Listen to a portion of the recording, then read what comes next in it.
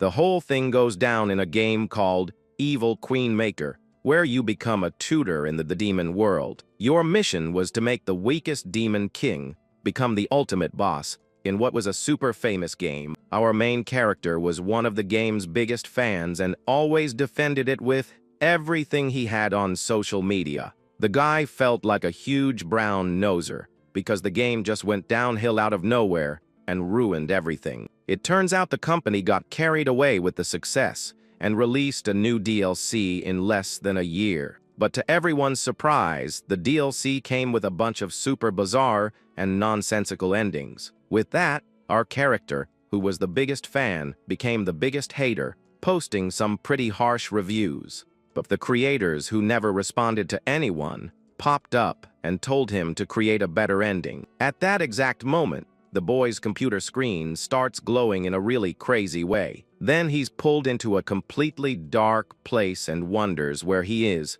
and what's happening to him. Suddenly, a giant red eye appears in front of him, making the guy totally freak out. Looking to the side, the guy sees a bunch of strange creatures coming out of a purple portal. Right after, a mysterious voice starts talking to him, but the dude doesn't understand a thing. His head starts to hurt a lot, and he wakes up with his vision all messed up, looking at a huge gate. Little by little, his vision returns to normal, and the image of the gate becomes clearer and clearer. When he gets up, the guy realizes he's in front of a giant castle and wonders where he is. He gets closer to the gate and touches it, feeling like he's seen this place in a dream before. Looking up, he sees a flag with a crest that he recognizes from the game Evil Queen Maker. With a shocked look on his face, the young man starts to figure out what might have happened to his life. Then the guy understands that if he was reincarnated in the game, that must be that little girl's castle. A butler appears and calls him Lord Nahen, leaving our main character even more confused. He stays quiet for a moment, trying to process this totally unexpected situation. Looking closer at the white-haired man, he recognizes Kane, who is a character from the game. The butler then says the same line from the game's introduction, confirming that this was all real. Right after, Kane bows, thanking him for volunteering to educate the Demon King. At this, the protagonist remembers the message from the game creators to create a much better ending. He then realizes he was sent into the game to do exactly that and finds the idea pretty ridiculous. Elsewhere, a voice asks a girl named Cecily how she's feeling. We see a little girl looking at herself in the mirror, and the maid asks if she didn't like the outfit. The little one then replies that she did like the outfit, but she's feeling a little strange. The maid with fox ears gets all giddy, thinking the girl is an adorable cutie. She tries to calm the girl down, saying she's just nervous because the tutor is arriving. To cheer the girl up, the maid hands her a pudding she had asked Chef Mark to make. The little girl thanks Cecily, who apologizes but can't stop thinking how cute Her Majesty is. At that moment, someone knocks on the door, and the butler Kane introduces himself to Lady Seer. He enters the room and announces that the person who will be her tutor is already waiting for her. The white-haired girl says she understands and gets ready to go meet the guy. Seer then walks past Kane, who is stunned by the little girl's incredibly dignified posture. Afterwards, she sits on the throne and says she is ready, leaving the butler super emotional. Meanwhile, we see Nahan's feet walking toward the main throne room. He arrives and introduces himself to the little one on the throne, saying it's a great honor to meet her. The young man then says his name is Nahen and bows in front of the young demon queen. We find out her name is Seer von Devada, a relative of the former second-rank demon king, but her father ended up losing his life in a war that happened about 2 years ago. Because of that, Seer became the demon queen at only 5 years old, which is pretty intense. As a result, the Devada clan fell to the last position in the ranking, 72nd place. And if the situation continued like that, they would end up losing even that position. The little girl runs towards Nahen, but ends up tripping and falling flat on her face in front of him. She gets up and tells the tutor not to worry, because to him, she is just a student. The man then gently pats her head and asks her to start calling him teacher. He smiles and says he will turn her into the supreme demon queen and that he's looking forward to it. The little girl agrees excitedly, calling him teacher while he pats her head. As soon as the door closes, the young man shows a tired face and thinks he's in a huge mess. Then he falls to his knees on the room's floor, realizing the size of the problem he's gotten himself into. The man wonders if he's lost his mind or been possessed to have agreed to be Seer's tutor, but he remembers he was a crazy fan of the game and therefore knows everything about every event. But despair hits because playing with a mouse is very different from educating someone for real. The tutor wonders how he's going to teach the demon queen magic if he's clueless about it himself. He thinks that maybe he accepted the mission because he understands the little seer's pain very well. Just when he was about to give up, a golden light suddenly starts coming from his left eye. With that, he starts receiving a bunch of memories that aren't his and realizes they belong to Nahan. The tutor then discovers that the body he now has belonged to a very strong and large demon. Feeling this new power and all this knowledge, the young man becomes much more confident in his mission. With a super determined look, he clenches his fist, believing that now he can really succeed. He smiles, thinking he can create not just a good ending, but the most perfect ending he ever imagined. A small version of him appears and wonders why he only remembers Nahan's nickname and not his real name. The next day, the class begins outside, and the student asks why they aren't in the classroom. The teacher replies that a place with more space is better, and she raises her hand, happily agreeing. Then he notices her teddy bear and asks if her friend will also be joining the class. Nahan suggests that the bear sit out so she can concentrate better, but the girl makes a very sad face. The teacher figures there's a story behind it, while Kane watches everything from a distance. So he introduces himself to the bear, Whitey, and asks him to concentrate on the class along with them. To seal the deal, the tutor shakes the teddy bear's hand with all the care in the world. The demon queen breaks into a huge smile and says that Whitey understood and the class can begin. He starts the lesson on how to use mana, but the girl asks why they aren't going to study the kingdom.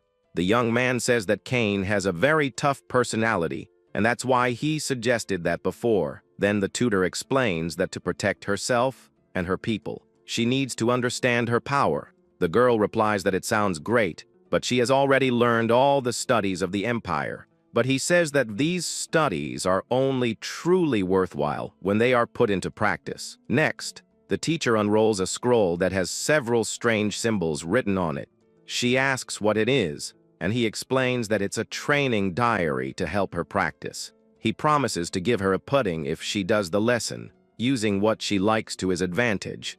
Getting back to the topic, the tutor draws on the board that mana is divided into innate and usable. He asks what defines usable mana, but the little queen doesn't know the answer. The man then explains about the circuits in demons' bodies and asks about their function. The girl quickly raises her hand and answers that they are for being able to use mana. He confirms that the answer is correct and asks what happens when you have many circuits. With that, the girl concludes that usable mana is defined by the number of circuits. The teacher praises her for being smart and for being able to learn things so quickly. She gives a cute little laugh, and he thinks he should praise the girl more often to motivate her. Then he explains that innate mana is decided at birth, but circuits can be increased. The image shows a giant explosion of energy being released by them during training. Nahan raises his hand and shows that with training, you can use a huge amount of mana at once. Seer is blown away by how cool her teacher is,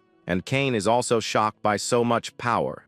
The butler thinks that even though he's an unknown demon, he certainly has the skills. The student asks if she can do that too, and the tutor assures her that with training, she can. He encourages her, reminding her that she is from the Devata clan, and the girl promises to try very hard. The gossip about the new tutor for the weakest demon queen spreads, but King Andromalius doesn't even care. The demon king Dantalion also ignores the news, thinking it's not something that will make money. The same thing happens with King Decorabia, who doesn't seem to care about the gossip at all. But for someone else, this news was very interesting, and a woman wonders what kind of sucker took the job. A man informs her that the tutor's name is Nahan, but that he found nothing about the guy. She finds that very interesting while her assistant watches her with his back to the bathtub.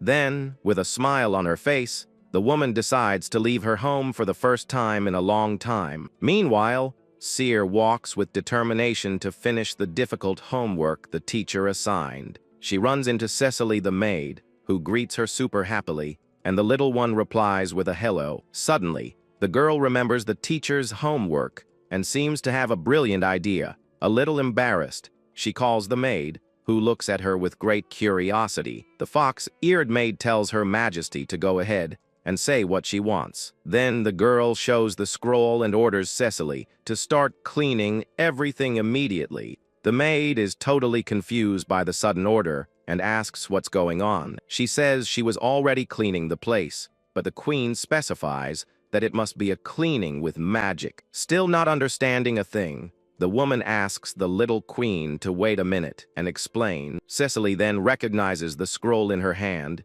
as some kind of training diary. At that, she understands that the tutor wants the girl to get used to acting like a queen by giving orders. The maid decides to play along and says she understood the order and will follow it completely. Seer is overjoyed to see her order was accepted, and her eyes sparkle with happiness. Then she says goodbye to go to her class, and Cecily thinks about how cute Her Majesty is. The little queen goes skipping and singing happily down the hallway on her way to her next class. Arriving there, she sees the teacher in talking and calls out to let them know she has arrived. The tutor congratulates her on finishing the assignment and decides to give her a present as a reward. He looks at the teddy bear and suggests giving Whitey a friend as a gift for her. The little girl's eyes fill with joy, and she gets super excited about the new idea. However, the butler Kane seems very worried about the suggestion while the girl celebrates. But suddenly, the little one's joy vanishes, and she seems to remember something important. With a very sad expression, she says it's okay, and that she doesn't need the gift. The teacher then figures out that the castle's finances are a huge problem, just like in the original game. He offers to take care of the finances in Kane's place, until she can do it herself. The girl is stunned by the offer and asks if the teacher would really do that for her. Kane is also in shock and asks if that was why he asked about the finances. The tutor then asks the butler if he doesn't want to see the little one happy with a new toy.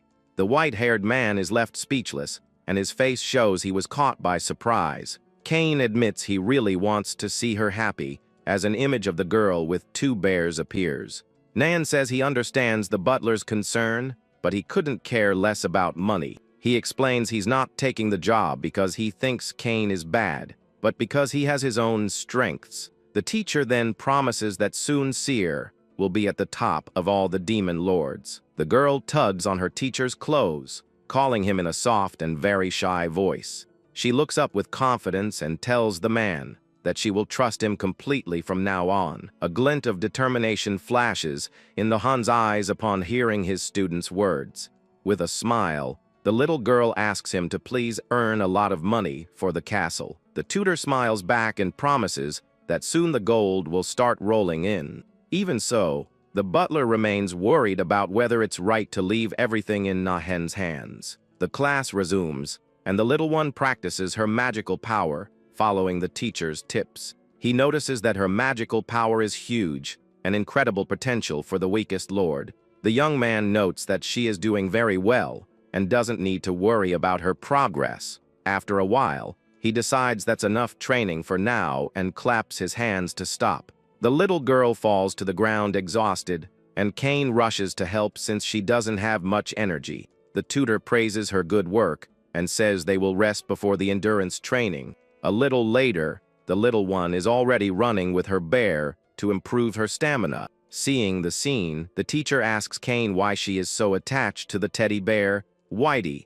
Kane reveals that it was a gift from her father, the previous demon lord, on her 5th birthday. Nahen thinks that her father's passing was significant, but that he'll tell her the truth when she's ready. At that moment, someone comes running and calls for the head butler, who turns to see who it is. Eldon, a servant of Seer, announces that a letter has arrived from the 71st floor below. The butler gets worried about what they might want, and Nahan calms him down, saying it's normal. In the demon realm, a one-floor difference means a big difference in power and money. But the tutor smiles and tells Cain not to be afraid, because this was exactly what he was hoping for. A few days later, the castle gates open to receive a mysterious carriage. Nahan observes the coachman and notices that he's not just some random guy like he appears to be. The mysterious young man is surprised to have been noticed, but Nahan just keeps looking at him. Suddenly, a giant demon appears behind the coachman, and the tutor calls him Sage Baphomet. All the servants, including Cain, are shocked by the revelation of the guy's true name. The sage laughs and asks how he found out, but Nahan just replies that he found it interesting. An elegant woman steps out of the carriage with a smile and an air of being the boss of the place. The servants are left speechless by the beauty and strong presence of the unexpected visitor. Nahan bows and greets her formally, calling her Your Majesty Citri. She praises him for being able to see through Baphomet's disguise and says he's not ordinary. He replies with a smile that an ordinary guy couldn't be the teacher of a demon lord. Citri agrees with a sarcastic smile, and the two stare at each other with great suspicion. Cain worries about the teacher's arrogant tone, wondering what he might be planning. The woman asks what brings him here, and he invites her inside to talk first. He warns that this is Seer's territory and that she needs a good reason to enter. The visitor gets annoyed at being treated with such mockery by someone from such a low rank, but she calms down and says that is the ruler of the floor below. She has things to discuss. Baphomet thinks she's clever for using Seer's position to secure entry. The teacher apologizes for the rudeness and asks Cain to lead them to the living room. The woman tells Baphomet to wait, as she won't be long in the conversation. She enters the room and comments on the lack of servants in Little Seer's castle. He replies that's what happens when money is tight, and she makes fun of the whole situation. Nahan invites her to sit, and she asks when the child will arrive for the meeting. The woman sits and says she has urgent financial matters to discuss with the queen. The tutor watches her and wonders if she's trying to seduce him with that pose. He then says she can talk to him, as he's the one handling all the finances. She is surprised and thinks that men are easy to fool, because they can't take their eyes off her. The woman explains that her soldiers were lost, helping to defend their floor from humans. She then says they need to cover the compensation money and the cost of extra personnel. The tutor gives a mocking smile upon hearing her story and her plan to get money out of them. She doesn't understand what he said and asks if she heard him right. He takes a sip of tea and faces her with a provocative smile before answering. The woman slams the table in anger and accuses him of having a disrespectful attitude towards a lord. She stands up, furious, and says he has really lost his mind to dare challenge her. The entire room trembles with the pressure of her angry and powerful aura being released. He asks why she's so mad, and if it's because he called her a third-rate bandit. With a flick of his hand, he throws Baphomet's unconscious body to the floor in front of her.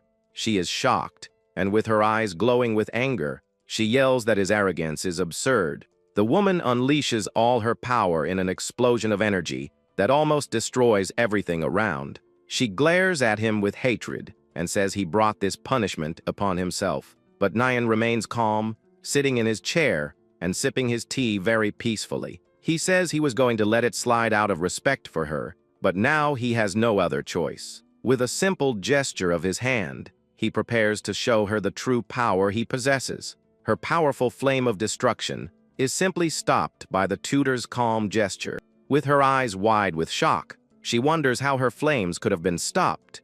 Nan faces her with a dark aura and invites her to a more civilized conversation. He suggests they resolve things like intelligent demons instead of fighting. Then he says he has a good proposal for her that will definitely get her interested. Nan's shadow transforms into a terrifying demon with a giant red eye. The woman laughs and asks how he dares to make a proposal, but he assures her she won't refuse. He reveals that the proposal is about the seal that was placed on her, leaving her in total shock. She challenges him, saying that a nobody like him can't make a proposal she would ignore, but the tutor insists she will want to listen because it's about the seal that limits her powers. She gets furious and threatens him, telling him to leave if he's just going to repeat what she already knows. He then says that the sealing stone is on a floor governed by a higher demon lord. With a snap of his fingers, he makes a contract scroll appear and proposes a deal.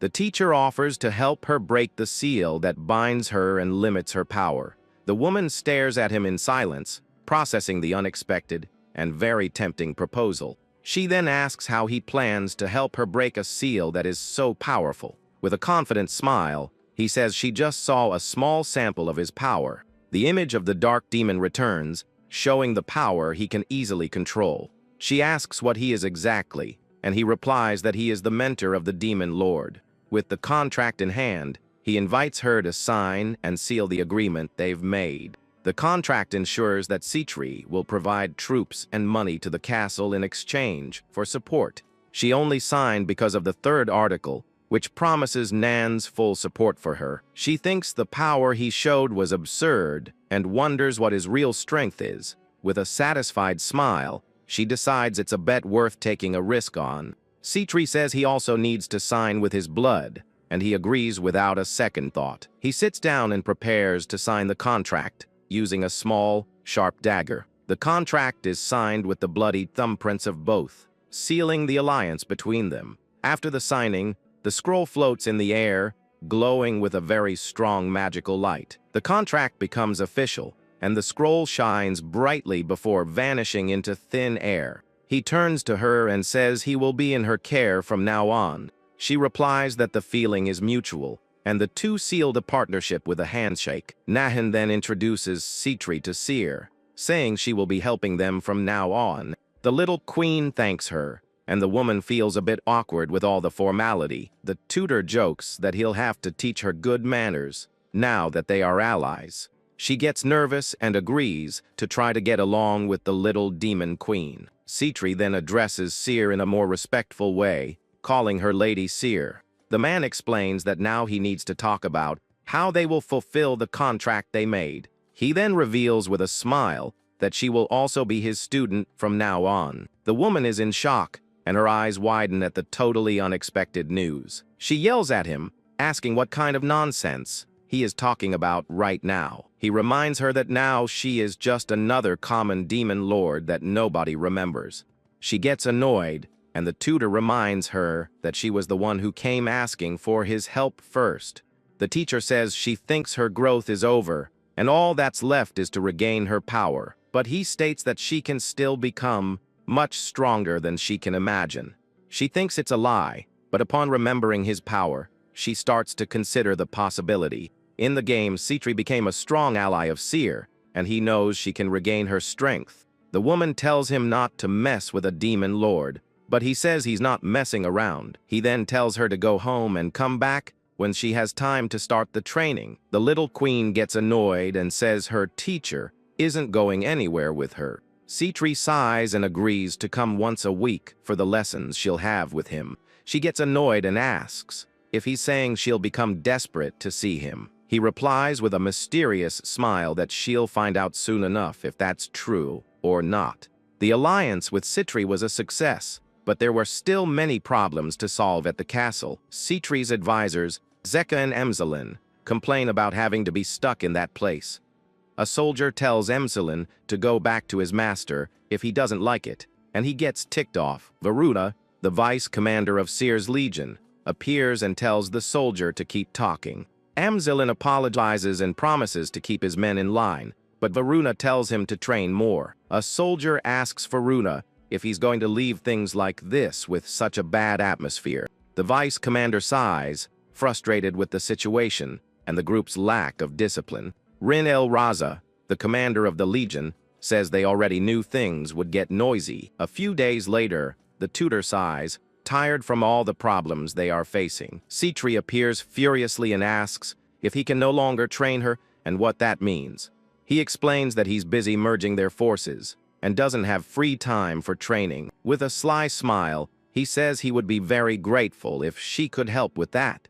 She gets annoyed that he's asking her to get involved and promises she'll get her revenge on him. He hears the threat and says that if it keeps her motivated, then it's a good thing for them. The tutor then asks for one more favor from her, to take care of the integration details. He takes Seer to meet Commander Rin El Raza and greets her formally. The man explains they are there to see where Seer will learn swordsmanship and sort things out. Varuna provokes him, saying that losing control of the chain of command is a job for him. The tutor replies that maintaining order is the obvious thing to do, and the vice commander asks if he has ever led troops.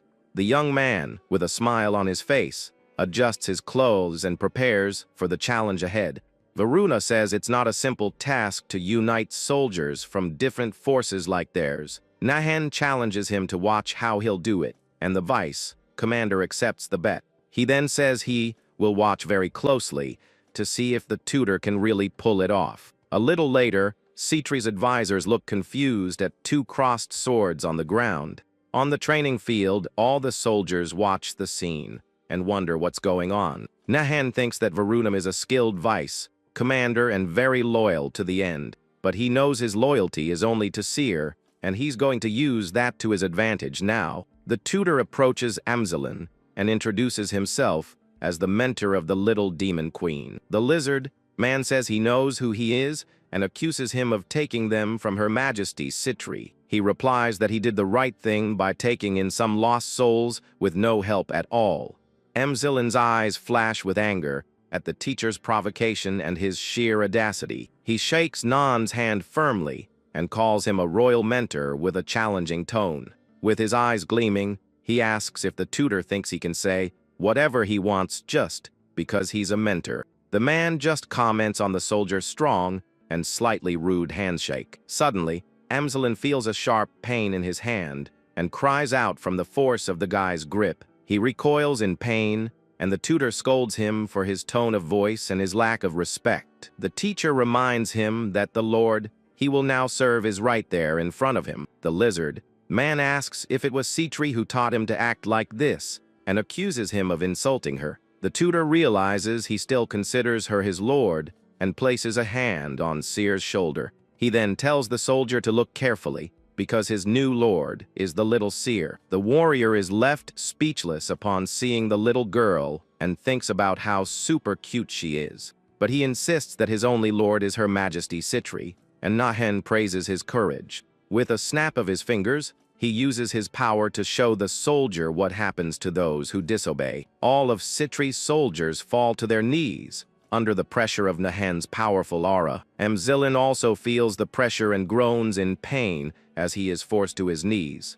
Varuna is shocked to feel the absurd amount of mana coming from the queen's tutor. The teacher says he has no need for dogs that don't obey and gives him one last chance. He asks if the soldier will cling to the past and disappear or bet on a new future. He explains that he swore loyalty to Citri and therefore must obey her orders. Nahin smiles and says that with that level of loyalty, he will be very useful to them. All of Citri's soldiers kneel and accept the new leader, leaving Varuna confused. Citri appears and scolds her soldiers for not listening and causing trouble for her. One of them tries to argue that the alliance is only on paper, but she tells him to shut up. She explains, a bit awkwardly, that they represent the bond between the two floors. The tutor reinforces that the alliance is super important for the war that is about to happen. The lizard man understands and apologizes for his rudeness, but she corrects him, very irritated. She points at him and asks once more who they serve from now on. He thinks for a moment, but then beats his chest with determination and prepares to answer. All of Citri's soldiers then declare together that they are the army of Lady Seer. The little queen is surprised, and the vice commander is shocked by the change of loyalty. The teacher turns to the woman with a smile and says he knew they would be useful. Seer gives her teacher a thumbs up, approving of what just happened. With everything settled, the teacher and his student give each other a thumbs up. Citri then asks if they can start her lesson, and he agrees right away. The tutor approaches Seer to begin the lesson, but she holds him tightly by the hand. He looks down at her hand and wonders what the little queen is doing now. He asks her to let go of his hand so he can teach, but the girl refuses to let go. With her cheeks puffed out, she repeats that she will not let go of his hand. No way. He realizes it's just a childish when he picks her up so he can teach the other one. Citri yells at him, asking how he's going to teach her with the girl in his arms. He assures her it's possible even in this situation, and she gets even more confused. The teacher then prepares to start the day's lesson with Seer in his arms. He releases a dark and powerful aura that fills the entire training ground at once. The tutor tells her that the goal of the training is to manage to hit him just once. She gets ticked off and asks how a training like this can possibly be useful to her. He smiles and says it will be very useful for her development as a demon lord. The woman tries to attack him, but is thrown back by the force of his dark and strong aura. He informs her that he is stronger than she was in the past and challenges her to surpass him. He provokes her to unleash her mana and try to hit him at least once. She tries very hard but can't move and wonders what kind of mana this is. The teacher thinks that a strong alliance is another form of power for the little demon queen. He taunts her, telling her to give up if it seems impossible, and she gets even more irritated. He explains that to survive in the middle realm, she needs to adapt to the dense mana. With a smile, he says that the increase in circuits in this process will be a bonus for her. Seer comments that Citri seems to be having a tough time, and he agrees. The girl asks why, and he prepares to explain the reason for her training.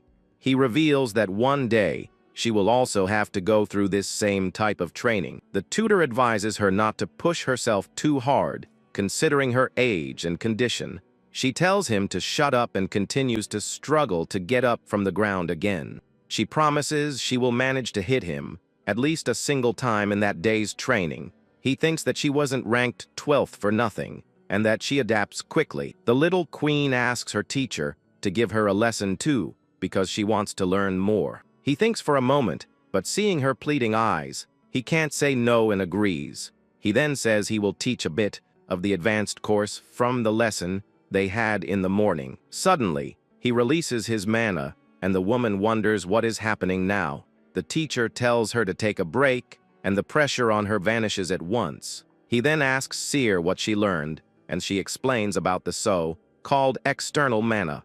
The girl thinks for a moment, trying to remember how to gather the mana that's in the air. The little queen then suggests that she ask the mana for help, and the teacher likes the idea. The girl then asks how she can ask for help if she's never spoken with mana, and the tutor calms her down with his hand glowing brightly. He says he will spread his mana to begin the process. Then the man releases his mana, explaining that by befriending it, you can bring it closer. This way, he can use much stronger magic by borrowing the power of his friends. At this, the teacher asks if the student wants to try, and she agrees, super excited about the idea. Full of determination, the little queen extends her hand to try to do the same thing. And little by little, a small amount of mana begins to gather on her fingers. Watching from afar, Citri is surprised by the scene as the tutor tells her to spread the mana. The demon woman is in shock at the power and wonders if this is really the mana of a child.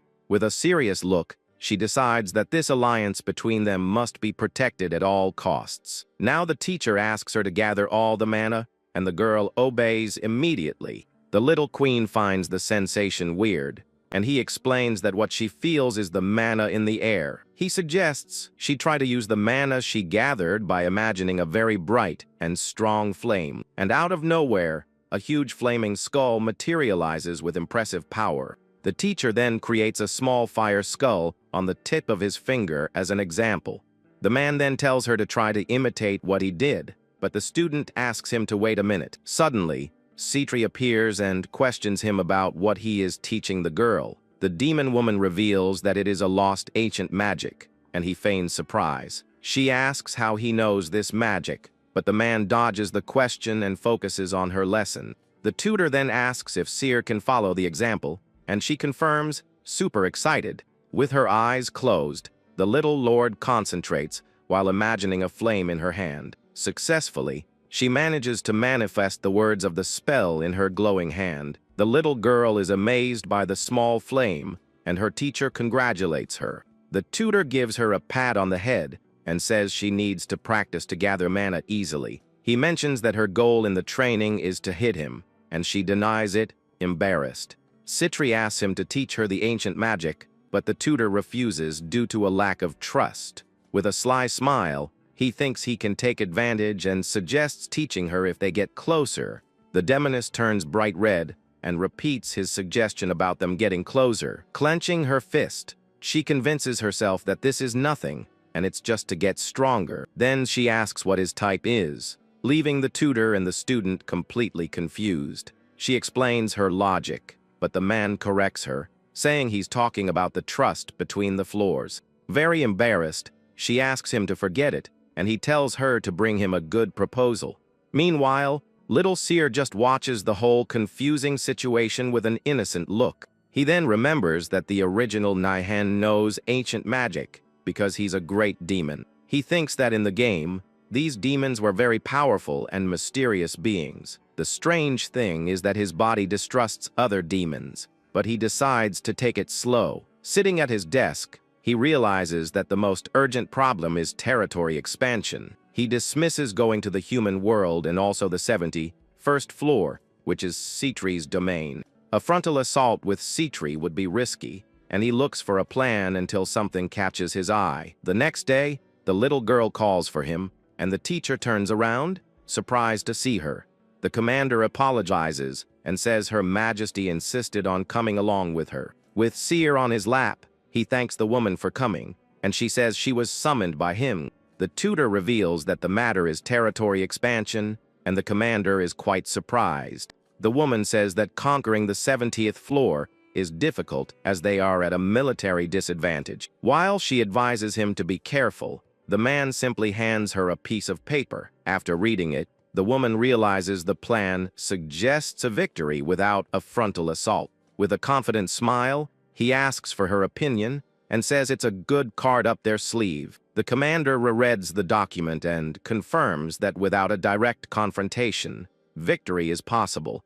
The tutor insists on knowing her opinion and reinforces that their plan is very solid. The commander then says she will choose soldiers who are skilled in infiltration for the mission. She worries about internal disputes, but the tutor assures her that now everyone will obey. He suggests creating a separate legion for the new soldiers to avoid more problems. The woman asks how this would make the new recruits loyal to the little queen.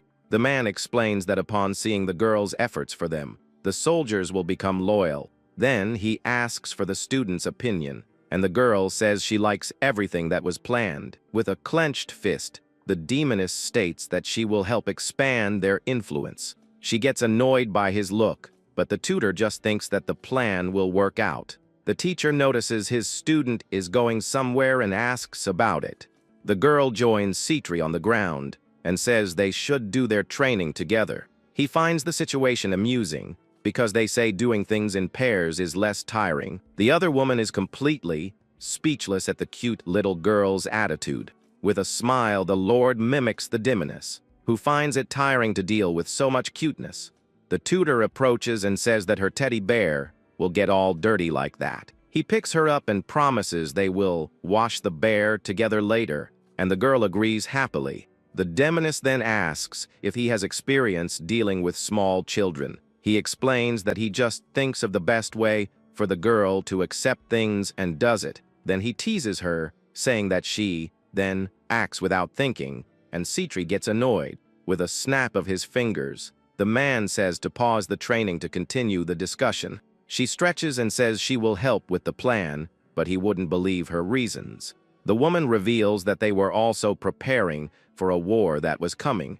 The tutor thinks that the game's story has changed because he moved all his plans forward. He accepts her help, and the demoness calls him shameless and asks what she should do. He suggests a bold attack and guarantees that her forces will not suffer heavy losses. She realizes the idea is to fake a combat, and he praises her, leaving her confused. Citri asks why she would be the bait, and he just hands her a document with the strategy. Reading the paper, she discovers a conflict between two important lords of the 70th floor. She sees the opportunity, and the teacher confirms that he intends to bring one of them to his side. With a smile, The woman says she already knows who they will send for the contact mission. She asks about the division of profits, and he suggests 50% for each. With a smile, he says that's only natural, because the alliance between them needs to continue. The tutor then teases her for never believing him, and says the final decision is hers. Suddenly, he releases his dark and powerful aura, leaving the woman in a total panic. He says to resume training, and she complains that this is too much for her to handle. Sometime later, the little queen's teddy bear is clean and shining like new again. With great joy, the little girl runs to find her teacher in the castle corridors. He picks her up, and she celebrates happily that her stuffed friend is all clean. At that, the man notices her hair is different and asks if she dyed it. A servant explains that her race stores mana in their hair, which is why they are great mages. The teacher is shocked to learn this, as it was info that didn't exist in the game. The servant reveals that the previous lord had half of his hair red from so much stored mana. The tutor realizes that with this, the little queen can use high mana consumption spells. He warns her that from now on, she will have to train a lot to gather external mana. Holding the girl, he asks the servant where their legion commander is now. The scene then shifts to the 70th floor, which is ruled by the demon Lord Andromalius. A masked figure watches the dark city from a rooftop. With a signal from their leader, the group advances through the streets, defeating all the guards in their path. The commander thinks her partner is skilled and wonders if the tutor knew about it. Two figures leap between the city's buildings, using bright blue energy ropes. The two warriors continue to move with agility under the light of the full moon. The group reaches their destination and prepares to start observing the target location. The commander watches the moon and the forest from the top of a tree while she waits. The other team members spread out in the surroundings and get into attack positions. One of the soldiers with wings comments that there is nothing suspicious about the cabin they are watching. The commander then explains that the missions is to conquer the floor and bring Eren to their side. A soldier questions if this is possible, but she reminds him that they just follow orders.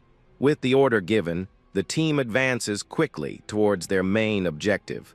They approach the isolated wooden cabin in the middle of the very dark forest. Suddenly, a voice interrupts them and tells them to stop where they are immediately. The team stops as they are surrounded by several guards who were waiting for them at the cabin's entrance. One of the guards asks who they are, and the commander notes that they are well trained. A large man with horns appears at the door and introduces himself as Eren Raiders. With a pipe in his mouth, the man asks who among them is the group's representative. The blue-haired woman then prepares to answer and removes the mask from her face. She reveals herself and says she is the representative of the group that is there for the negotiation. The guards recognize her as Lin El Laza, one of Seer's swords, and are shocked. She says she has given up that title and is now the sword of the little Majesty Seer. The man then realizes that the little queen plans to take the entire 70th floor for herself. He questions if she really believes that's possible, and she confirms it with certainty. The commander says that with just Citri and herself, they could defeat Andromalius. The man says that war is different, and she replies that's why they need his help. She says she can't reveal everything but states that there is someone they cannot touch, and this someone, by Seer's side, is so powerful that not even 100 of them together could harm him. The leader is in shock at the revelation and wonders if she is telling the truth. He accuses her of joking, but the woman responds with a very serious look. The man says that if someone like that exists, they wouldn't need help, and she corrects him. With a threatening look, she warns that if he betrays them, he will not escape the consequences. He wonders if that's a threat or a test, but remembers the strength of the swords. The man then asks her to get straight to the point and say what they want from him. The commander then offers him status and rewards to join them. The negotiation is a success, and the commander thanks her lord for all the help. The tutor congratulates her and tells her to prepare, because the attack will be soon. The man notices she is thoughtful and asks if the commander has something to say. The woman questions him about the reason he volunteered to be Seer's tutor. She says the position of royal tutor is small compared to the abilities he possesses. The commander thinks it makes no sense for someone like him to choose the lowest floor. The woman suggests he might have other intentions, like stealing the throne, for example. The tutor thinks he can't tell the truth and that any random excuse won't work. With a sly smile, he decides to be honest and says he did it just for fun. The commander is confused, and he explains the pleasure of creating a demon king. With his eyes gleaming, he reveals that nothing makes him happier than seeing his plans succeed. She asks if it's all for fun, and he says that was the initial reason. The teacher says he likes being with them because they have the cutest demon queen. He also praises Cain as a loyal and very firm strategist in his decisions. The man mentions Lee, who has a good heart and takes good care of the castle's affairs. He also praises Cecily and Mark for their excellent work and gifts in the kitchen. The tutor comments that Baruna is rebellious, but his skills and loyalty are unquestionable. Finally, he praises her as strong, loyal, and beautiful, leaving the commander all flustered. He says he likes all of them, and that it's better to see them in person than in a game. The tutor promises he will never betray them, and the commander watches him with a serious look. The commander thanks him, but the tutor says her loyalty is to the little queen. With a smile, he praises her loyalty for questioning him to protect her majesty.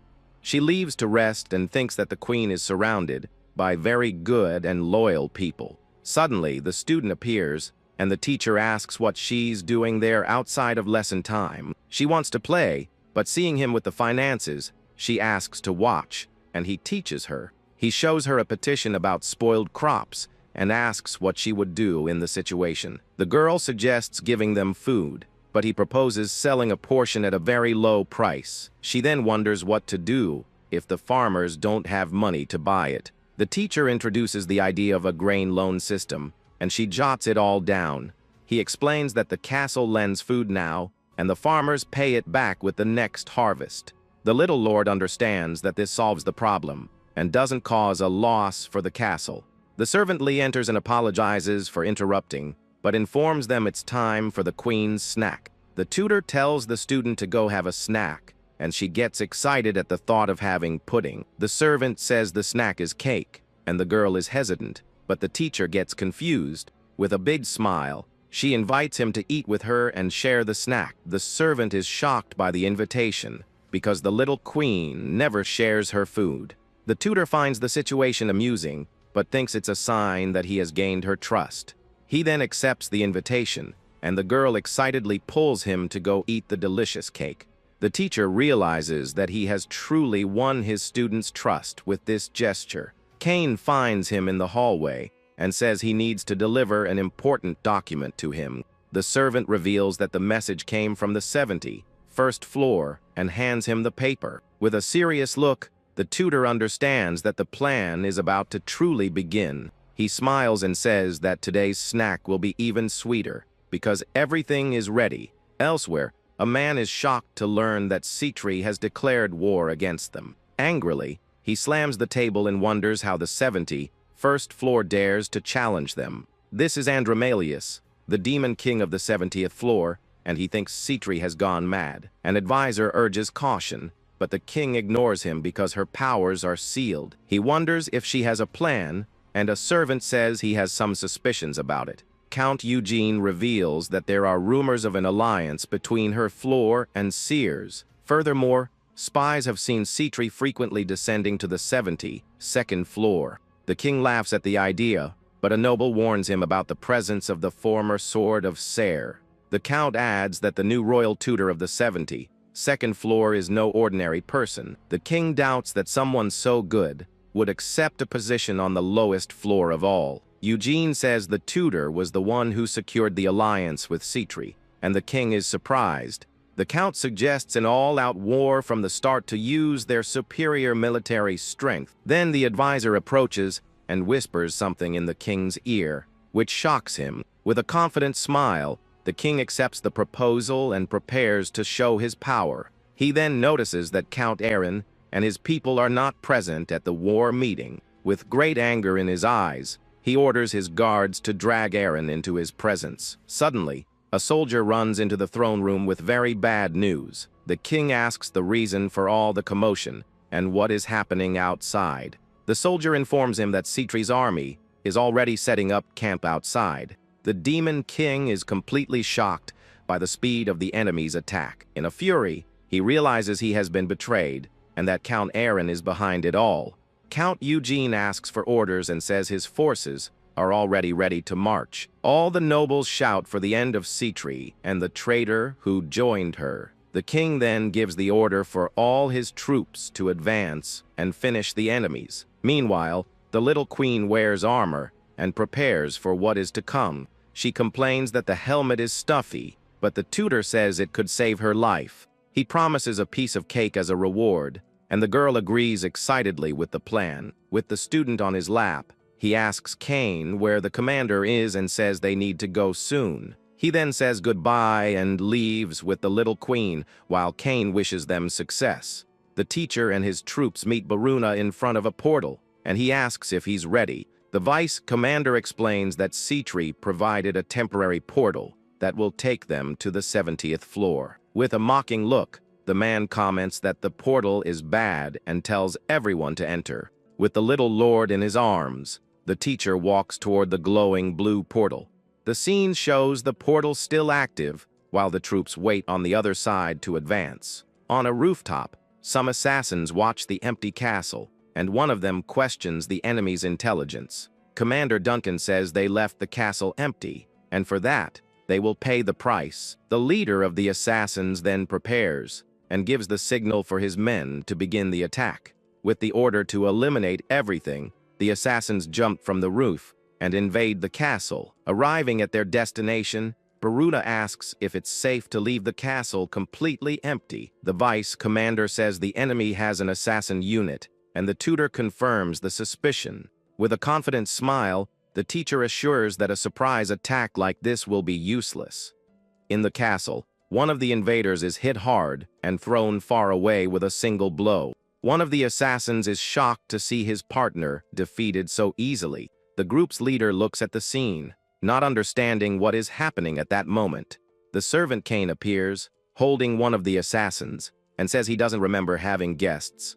With a strong posture, the butler then asks who they are and what they are doing there. Baruna wonders how the tutor knew, and he replies that some things you just can't hide. Suddenly, one of the assassins is thrown violently through a castle window. The servant Cecily appears at the window and informs the butler that her area is now clear. Lee says she took care of 2 invaders, and Kane apologizes for having overdone it a bit.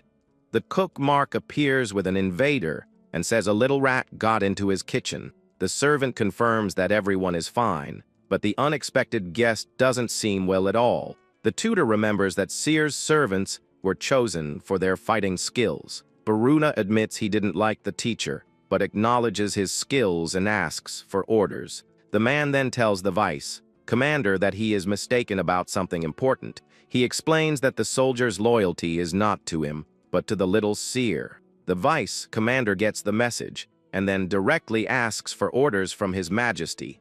The little lord asks the tutor to be the commander, and he accepts the request easily. The teacher then orders Baruna to join and support Commander Lin's forces. The student asks where they are going, and he says they are going to see Sitri, making the girl excited. Sitri observes the troops, and her advisor is impressed with Nahen's capabilities. The advisor calls him a dangerous man and suggests they take action soon. The demoness warns him to never cross the teacher's path, as one mistake would be fatal. She then says they just need to do their part, take what's theirs, and leave. A large explosion happens in the distance, and the woman comments that it was a spectacular start.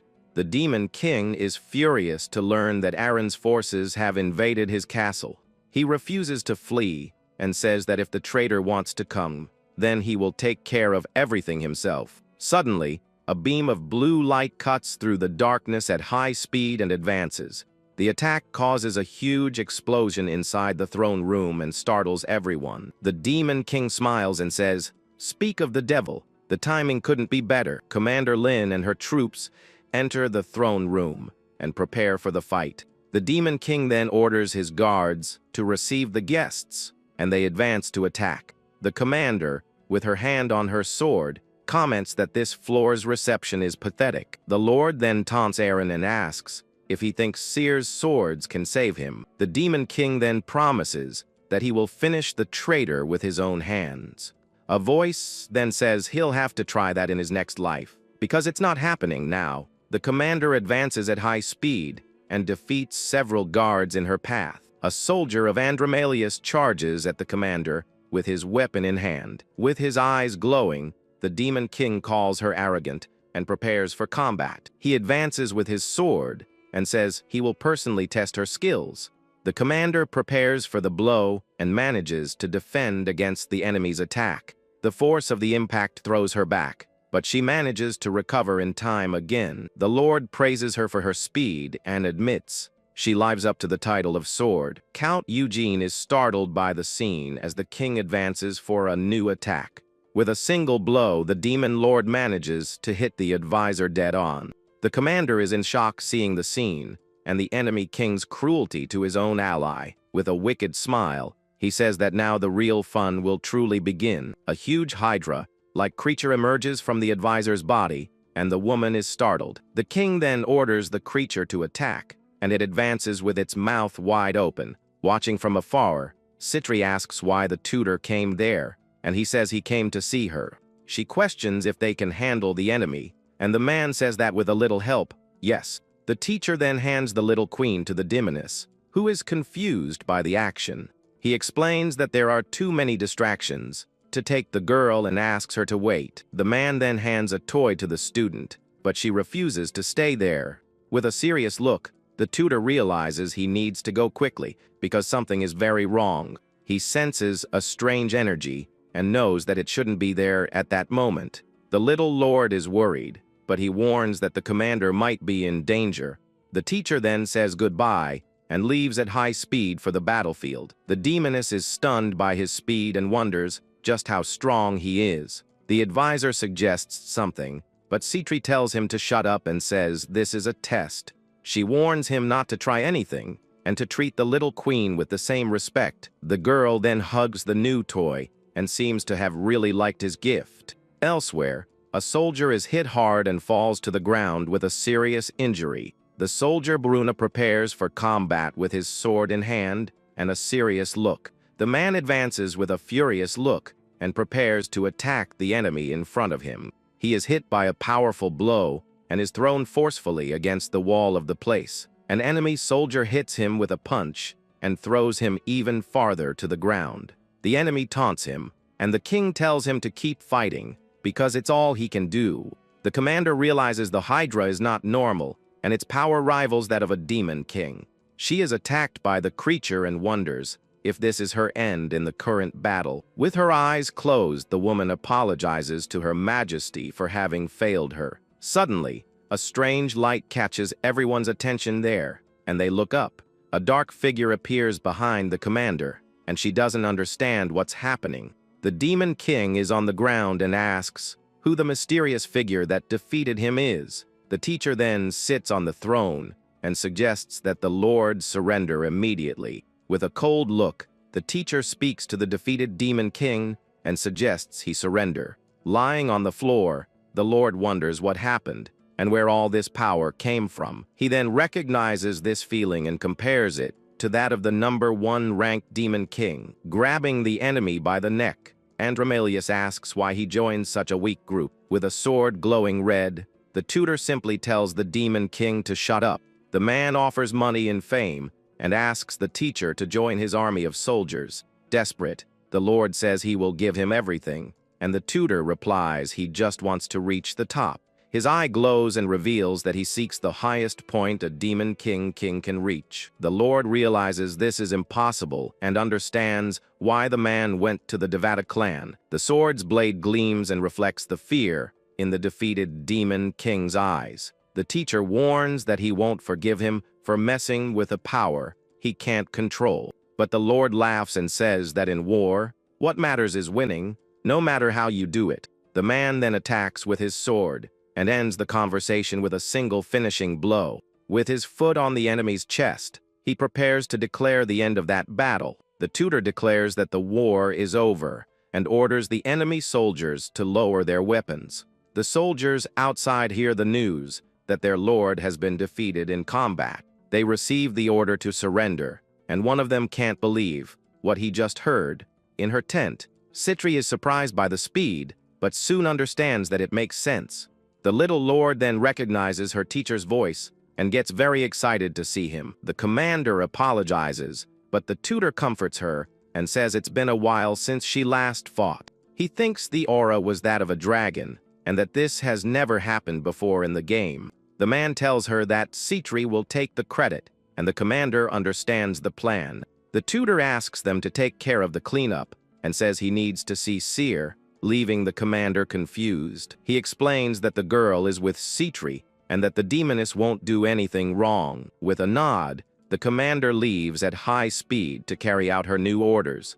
The scene then takes us to the tent, where the little queen was waiting for the result. A servant informs that the soldiers have surrendered, and Citri is shocked by how easy it was. The little lord announces that her teacher is coming, and the demoness doesn't understand how. He suddenly appears and asks if they had fun, and the student says yes. The advisor is shocked by his speed, and the man pats the girl's head. He then throws a bag to the demoness, who catches it and asks what it is. The tutor reveals it's Andromalius's head and asks her to take the credit for it.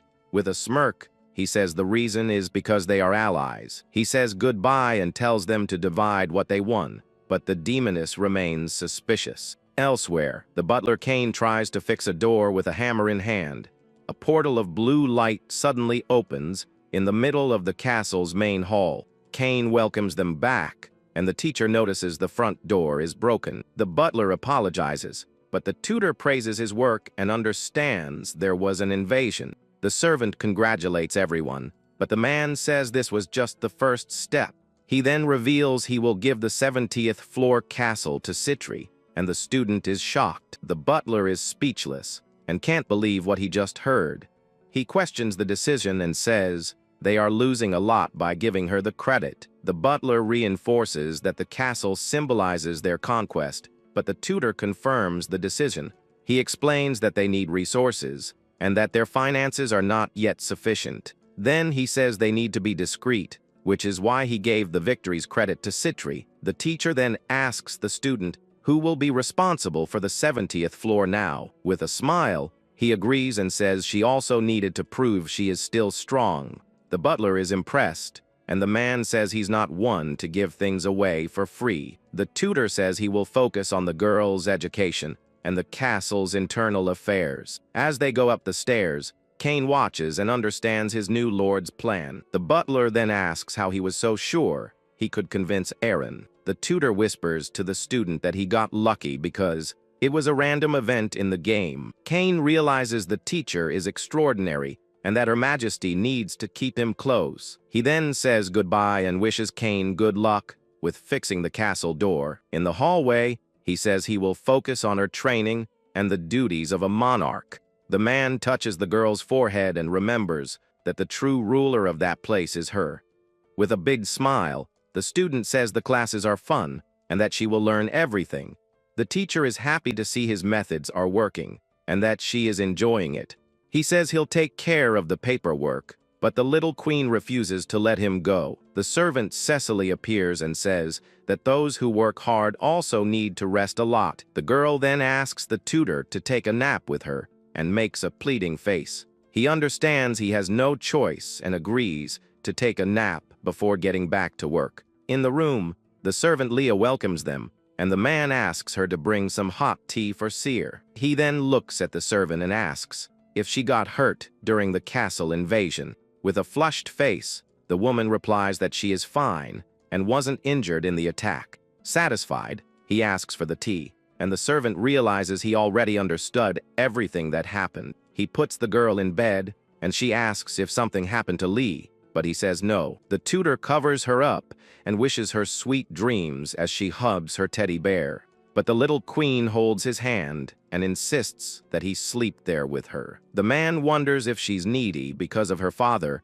or if she feels safe with him.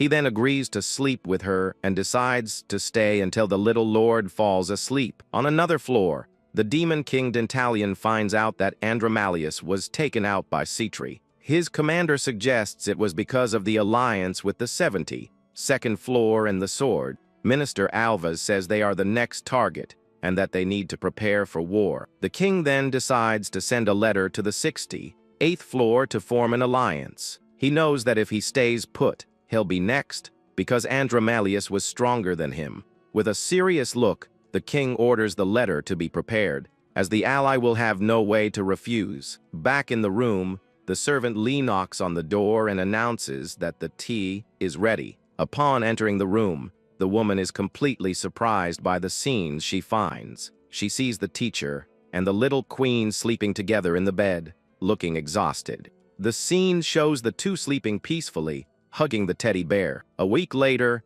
the tutor complains about Citri's delay in dividing the spoils of war. The demoness says she divided the territory and the troops, and that only the battle loot is left. He then asks to choose first, but she says only if the division is fair. The man reminds her to train once a week, so as not to waste their efforts. The demon lord tells him not to worry, because she is also a demon lord. She says goodbye, and the teacher goes back to work to finish the night's guidelines. Suddenly, someone knocks on the office door, and he tells the person to come in. The servant Cecily enters and informs him that Her Majesty's class will have to be cancelled today.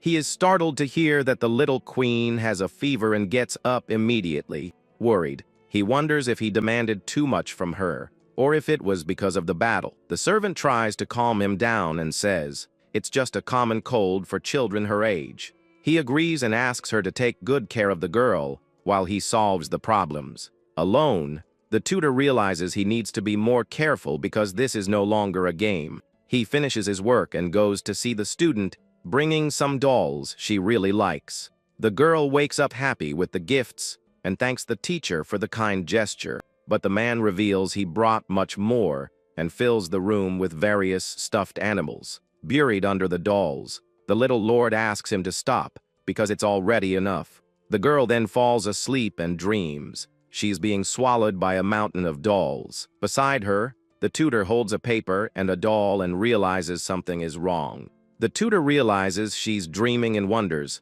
what she's dreaming about. He then touches the girl's forehead and sees that the fever has gone down and she will be fine. But the little queen wakes up and the teacher apologizes for waking her up by accident. He asks how she is, and the girl says she's fine and asks if he was worried. The man tells her to rest a little more and says they can work together tomorrow. He reminds her that if she doesn't get better, she'll miss out on the pudding, and she's shocked at the idea. With a gentle smile, the tutor wishes her sweet dreams and lets her rest a little longer. Kane enters the room and says that Commander El Raza delivered the report on the loot. The butler asks if he is looking for something specific, and the man says yes. In the game, equipment was essential because it increased growth efficiency. He is looking for a hidden piece that he only found on his 40th attempt in the game. No one would imagine that an item like this would be hidden at the beginning of the journey. The teacher tells Kane to get the item and give the rest to the captain of the guard. The butler looks at the list and is a little confused by what is marked on the paper. He asks if the item is marked correctly, and the man confirms the information. On the paper, we see marked an unidentified broken sword with a missing gem. Meanwhile, the little queen has fun with the jewels and is impressed by their shine. She then sees the gold bars and is even more impressed with all the treasure. The tutor finds what he was looking for, and the commander next to him doesn't understand the excitement. In the warehouse, they find various items, and the commander says the collection was a success. The little queen arrives and gives a clumsy military salute to her soldiers. The commander shows the item the tutor requested and prepares for the next step. 2 guards bring the box, and the man confirms it's the right item and congratulates them. The sword is called Blood Tears, and its name comes from the mana-infused stone. It has the highest attack power and also teaches a special spell to the user. The man says it's a gift for the girl, but she finds it strange that it's broken. He says he will fix it, and the student asks what happens when the sword is fixed. The tutor says it will shine, and the girl gets very excited about the possibility. The commander suggests calling blacksmiths, but the man says that's not the way. He then decides they will go to the armory and asks the soldiers to bring the items.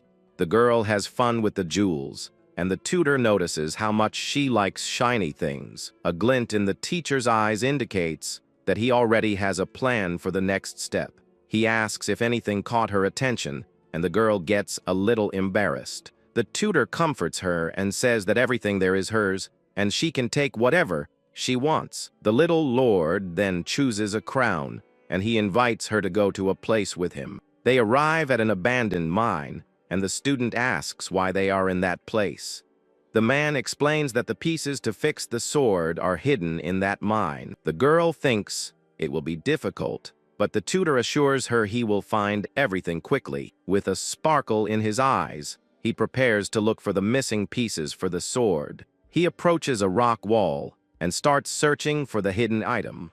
After a few seconds, he finds what he was looking for and pulls it out of the wall. The student asks if that is a real sword, and he replies that it's not yet. With the piece in hand, the man prepares for the next step and says it's not over yet. A red energy surrounds his body, and he says that now only the most important part is left.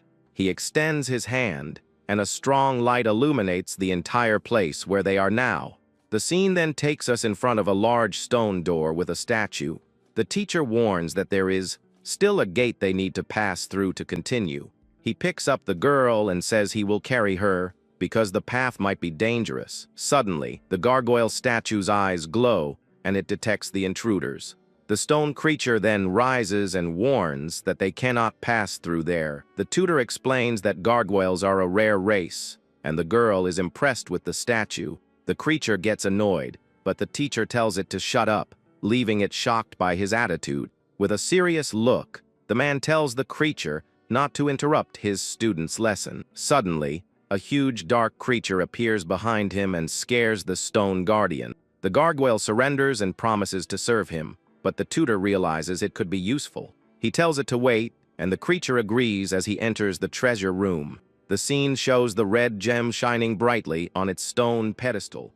With the girl in his arms, the teacher approaches the item and prepares for the ritual. He then shows the broken sword and prepares to join all the pieces. With a gesture, he unites the two parts of the blade and the missing gem in the hilt.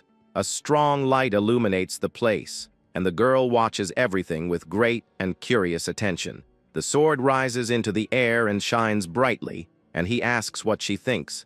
The teacher says it's a gift, and the little lord is very happy with the new weapon. She thanks the tutor and holds the sword with pride and a big smile on her face. The screen shows the sword's attributes with status, boosting effects, and a special aura. Back at the castle, the girl shows the sword to Kane, and the tutor says she will train. The butler is shocked to see the gargoyle, and the man suggests the name Argol for it. Kane thinks it's too big, but the teacher says it will guard another place.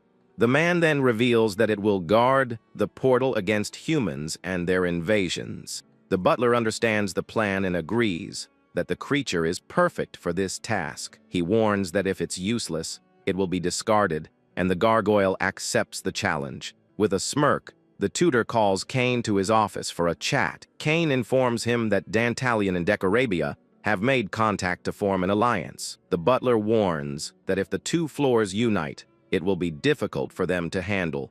The teacher agrees but says he can't stand still and that there is only one option. He reveals that he will shake Dantalion's faction, but Kane reminds him of his power. The tutor reminds him that Dantalion's faction is famous for its many merchants. He explains that if he can destroy their trust, the faction will collapse. Kane questions how he would do that overnight, and the man smiles slyly. The teacher then reveals that he never said he would do it overnight. He explains that he will ruin their trade policies bit by bit and become a competitor. The butler is confused, but the man says they will do business on the 70th floor. Kane asks if he will use Citri again, and the tutor corrects him, saying it's cooperation. The butler doubts she will accept, but the teacher guarantees the offer will be tempting. With a confident smile, he says he has a product that will drive the merchants crazy. The man then reveals he will sell something that the demon realm does not yet possess.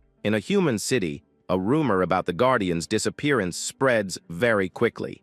In the tavern, an adventurer confirms the rumor, and others get excited about the good news. Two men see a chance to get rich and decide to invade the demon realm. A girl gets excited and says she knows where the Ram tribe gathers, and that it will be easy. The group then prepares and heads toward the portal to the demon realm. In front of the portal, several other adventurers also prepare for the invasion. A man approaches the group and asks if he can join them in the hunt. He introduces himself as Riku and his partner Melissa, a calm-looking nun. The group's leader recognizes the insignias and sees they are A-rank adventurers. The two agree to join, and the group of adventurers sets off for the portal. A man tries to warn that no one who has entered the demon realm has returned recently. The group advances through the forest, and one of them comments on the Guardian's disappearance. Riku asks if they abandoned the floor, and the other is surprised by the term. Suddenly, they spot a member of the Ram tribe and hide to avoid being seen. One of the adventurers suggests starting the hunt, but Riku makes an unexpected proposal. He proposes to keep the horns and the rest of the group to keep the rest, but the leader doesn't like it. The nun then touches one of their shoulders and says he still has a future ahead of him. Riku asks if he wants to go home in one piece and threatens him with his glowing axe. The group's leader realizes he was tricked and that there's no way to beat the A-ranked duo. He accepts the deal, but Riku says he never needed their help to fight. Suddenly, a strong light hits the three adventurers, and they fall to the ground unconscious. An earth tremor begins, and the group's leader wonders what is happening there. Riku gets annoyed because with all that noise, the creatures will flee before the attack. A gargoyle emerges from the shadows and says it found the last rat that needed to be caught. Riku is in shock seeing the creature and can't believe what his eyes are seeing. The creature advances and attacks the group, and one of them says to forget Riku and run. Suddenly, the girl in the group stops running, and her friend worries about her. With empty eyes, she mutters the word "Guardians" and seems to be in a trance. One of the Guardians approaches and asks Commander Lin for her orders.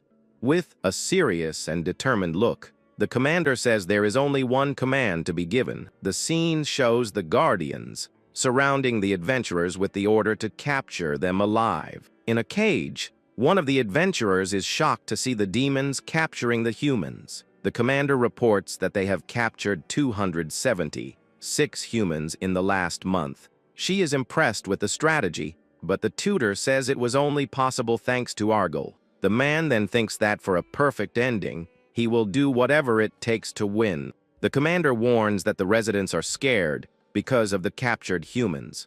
He realizes he needs more humans and decides it's time to change the plan. With a smirk, he asks if she knows anyone capable of adjusting. The commander replies that there are many who can manipulate the minds of humans.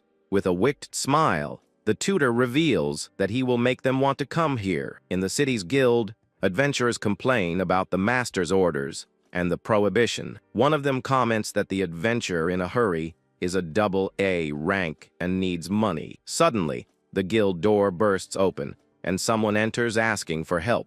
Luke, one of the adventurers who left, enters injured and shocks everyone in the guild. He reveals he escaped from the demon realm, and that all the missing people are there. Desperate, he asks for help to save his friends who are left behind in the battle. The guild master approaches and asks if he knows why the demons are capturing humans. The young man says he doesn't know, and that he didn't have time to investigate the reason for the attack. The master then questions him, and admits he has his doubts about his story. He wonders how a C-rank adventurer managed to escape from the demon realm. The guild master says his heartbeat is that of a liar and glares at him. Suddenly, the young man's heart calms down, and the master realizes something is wrong. He smells a strange scent and realizes the young man was mentally manipulated by the demons. With a wicked smile, the young man praises the master's perception and prepares to attack. With a swift move, the guild master defeats the adventurer with a single blow. He then orders to warn the other guilds not to enter the demon realm. The master announces that the portal will be closed, but a guard interrupts him with news. The man asks the reason for the confusion, and the guard seems very frightened by something. He reveals that guilds from other regions are preparing for an invasion. At the fortress of the Northern Alliance, they prepare to invade and fight against the demons. In the Bismarck Empire, they also prepare and say they won't be left behind. Over in the Holy Kingdom of Felix, a paladin shouts that the celestial god is with them in battle. Days earlier, the commander reports that the manipulated humans are ready for the plan. But he warns her to send them to the city of Soderlast because there's a really annoying human there. In the game, there are tough enemies, and one of them is the guild master of Soder, Adelberg. Back in the present, an army of humans invades the portal, and one of the soldiers is shocked. She thinks that the more she sees her lord, the more incredible he seems, and turns to her soldier. The vice captain then orders everyone to capture as many humans as possible with the magic net cannons. The commander gives Argol the order to begin, and the creature agrees with a dark glow. From the shadows emerges Argol, the gargoyle who now guards the portal with a very menacing look. The invaders scream in fear upon seeing the stone creature and can't believe their eyes. The creature says that by its master's will, it will eliminate all the intruders present. Seeing the enemy's formation break, the commander says that now is the time to attack. The vice captain then points and shouts for everyone to load their weapons for the attack. With a battle cry, he orders them to fire, and several magic nets are launched into the air. The adventurers are caught by surprise, and one of them yells to tear the magic net. One of the invaders curses the demons and angrily tries to cut the web with his sword. With a quick and strong movement, he manages to cut the magic web and free himself from the trap. Another soldier is impressed to see him break free and shouts the name of his lord, Rosenbach. He then shouts for his men to follow him, as he will clear a path for their escape. The subordinate realizes that Argol alone won't be enough to hold back all the invaders. He then tells the captain to leave it to him and prepares to enter the battle as well. A purple aura surrounds him, and he says he won't be defeated again without even transforming. With a swift move, he launches a powerful attack that opens a crater in the ground. Lord Rosenbach is startled by the power of the attack and is in shock at the scene. In the blink of an eye, the Azura warrior advances and defeats one of the human soldiers. With a smirk, he calls the humans pests and complains about them ruining the flow. He then faces the other adventurers with a look of superiority and great anger. The survivors panic and start running for their lives. He orders his soldiers to play with the fugitives for a bit and then capture them. Back at the castle, the tutor praises their work and the result of the successful operation. He thanks Captain Epsilon and Vice Captain Zeta for their good work on the mission. The master then says he expects great things from them in the future, and the two thank him. With the mission successfully completed, the tutor then opens his office door. He finds Seer and Kane and asks if the girl waited long for his return to the castle. He then orders Kane to leak information to the Demon Kingdom's merchants soon. The butler is shocked by the order and asks why they should send the humans back now. The tutor says they need get as much as they can from them, but the butler disagrees with the plan. He explains that there are several human nations they must be careful with. Next, he talks about the Bismarck Empire, the only one to declare itself a true empire. And lastly, he mentions the Northern Alliance, formed by 7 northern castles. The man agrees that they're a nuisance, but says that avoiding negotiations is the wrong choice. The little lord wonders why, and the tutor explains that it's the humans' fault. According to him, every nation has a responsibility to protect its citizens, and that's a fact. The girl asks if that's really so important, and her tutor confirms with a smile. The butler understands the plan and says he will select 200 high-value prisoners. The girl asks what he's going to do, and the man replies that it's a new human product. In the Bismarck Empire, Emperor Cloud is furious upon receiving the letter from the demons. His advisors speculate that something has changed in the demon kingdom and become worried. The emperor then asks about the ransom amount demanded by the kidnappers. One of the nobles says they are underestimating them and should be punished for their audacity. The emperor then asks for an explanation, and the marquis says it's the adventurers' guild's fault. A noble gets angry and questions if the reason matters when the opponent is a demon. The marquis then replies that this is exactly the problem, as they don't know their strength. He then reveals that many of the captured adventurers were A class or higher. Angrily, the noble shouts that he cannot accept the empire bowing to the demon kingdom. The marquis warns about the rumors, and the emperor gives in and accepts the exchange with the demons. With his eyes gleaming, the noble swears he will pay for this humiliation one day. At the castle, Cain reports that the negotiations have been accepted, and the tutor feels relieved. He then orders the prisoners to be taken to the portal the next day for the exchange. With a dark look, he warns that if they don't accept by the end of the week, the rest will be eliminated. Elsewhere, some artisans wonder why the demon kings summoned them there. Suddenly, someone announces their arrival, and we see the trio's feet approaching the location. The artisans are shocked to see Seer and Citri together with the little lord's master. Citri welcomes them and says they must be curious about the reason for the meeting. With a gesture, one of the guards begins to open a large bag that was on the floor. She then reveals several human weapons and tells everyone to look at the platform. The blacksmiths are impressed with the quality and say that it is a masterpiece. One of them then realizes they are all swords stolen from the human adventurers. Citri says that it ruined her eyes and that she gathered them to analyze and replicate the weapons.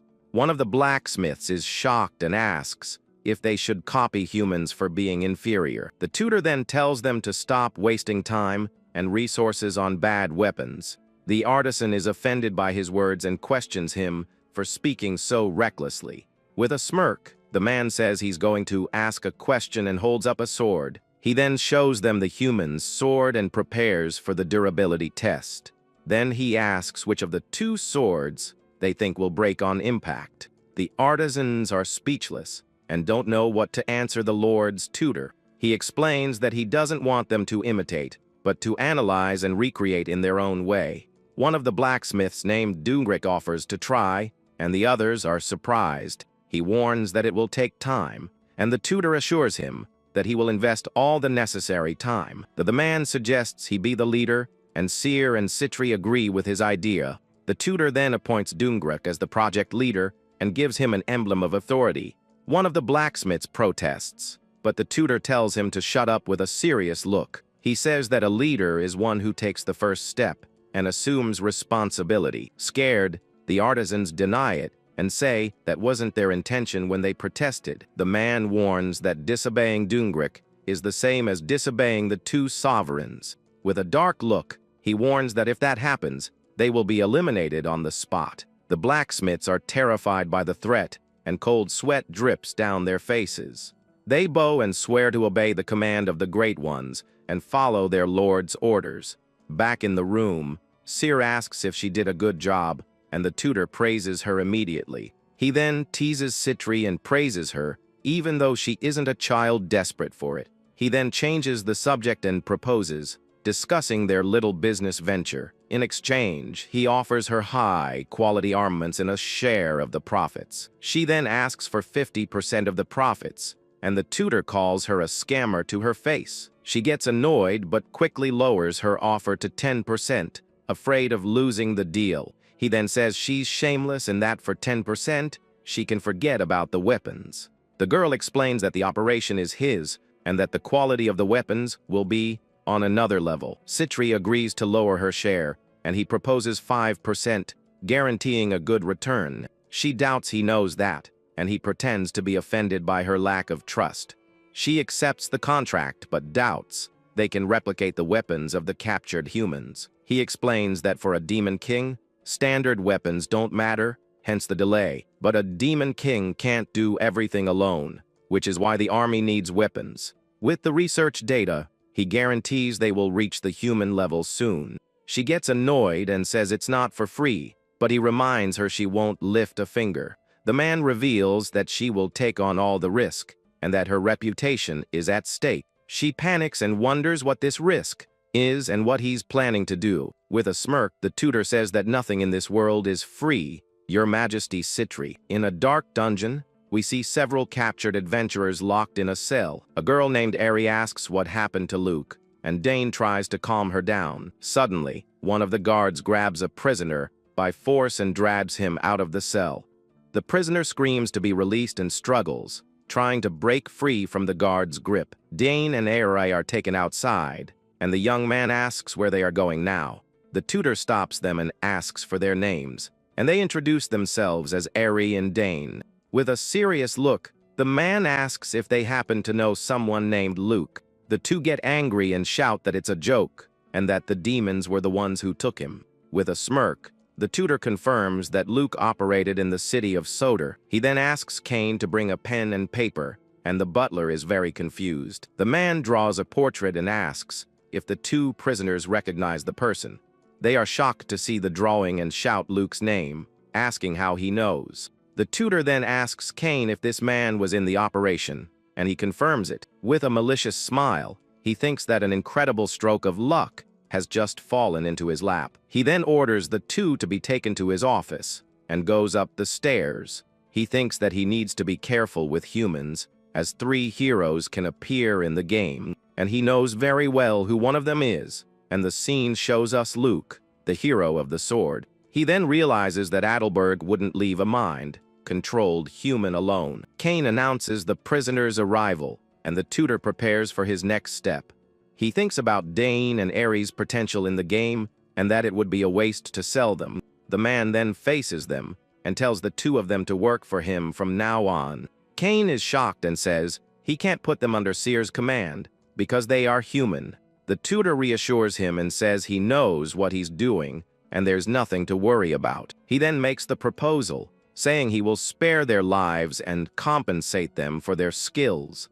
Dean asks what happens if they are locked back up, and the tutor reveals their fate. With a cold, emotionless look, the man reveals that their friend has already been eliminated. The girl is in shock at the news and can't believe what she just heard. Ari becomes enraged and Kane holds her back, but the tutor says they weren't the ones who did it. He reveals that the Soder Guild master was responsible, and that it's up to them whether to believe it. The two are shocked by the revelation, and the tutor tells them to make their choice now. Dane questions if he can trust a demon, but Ari seems to consider the proposal. With a determined look, the girl says she will accept the offer and work for him.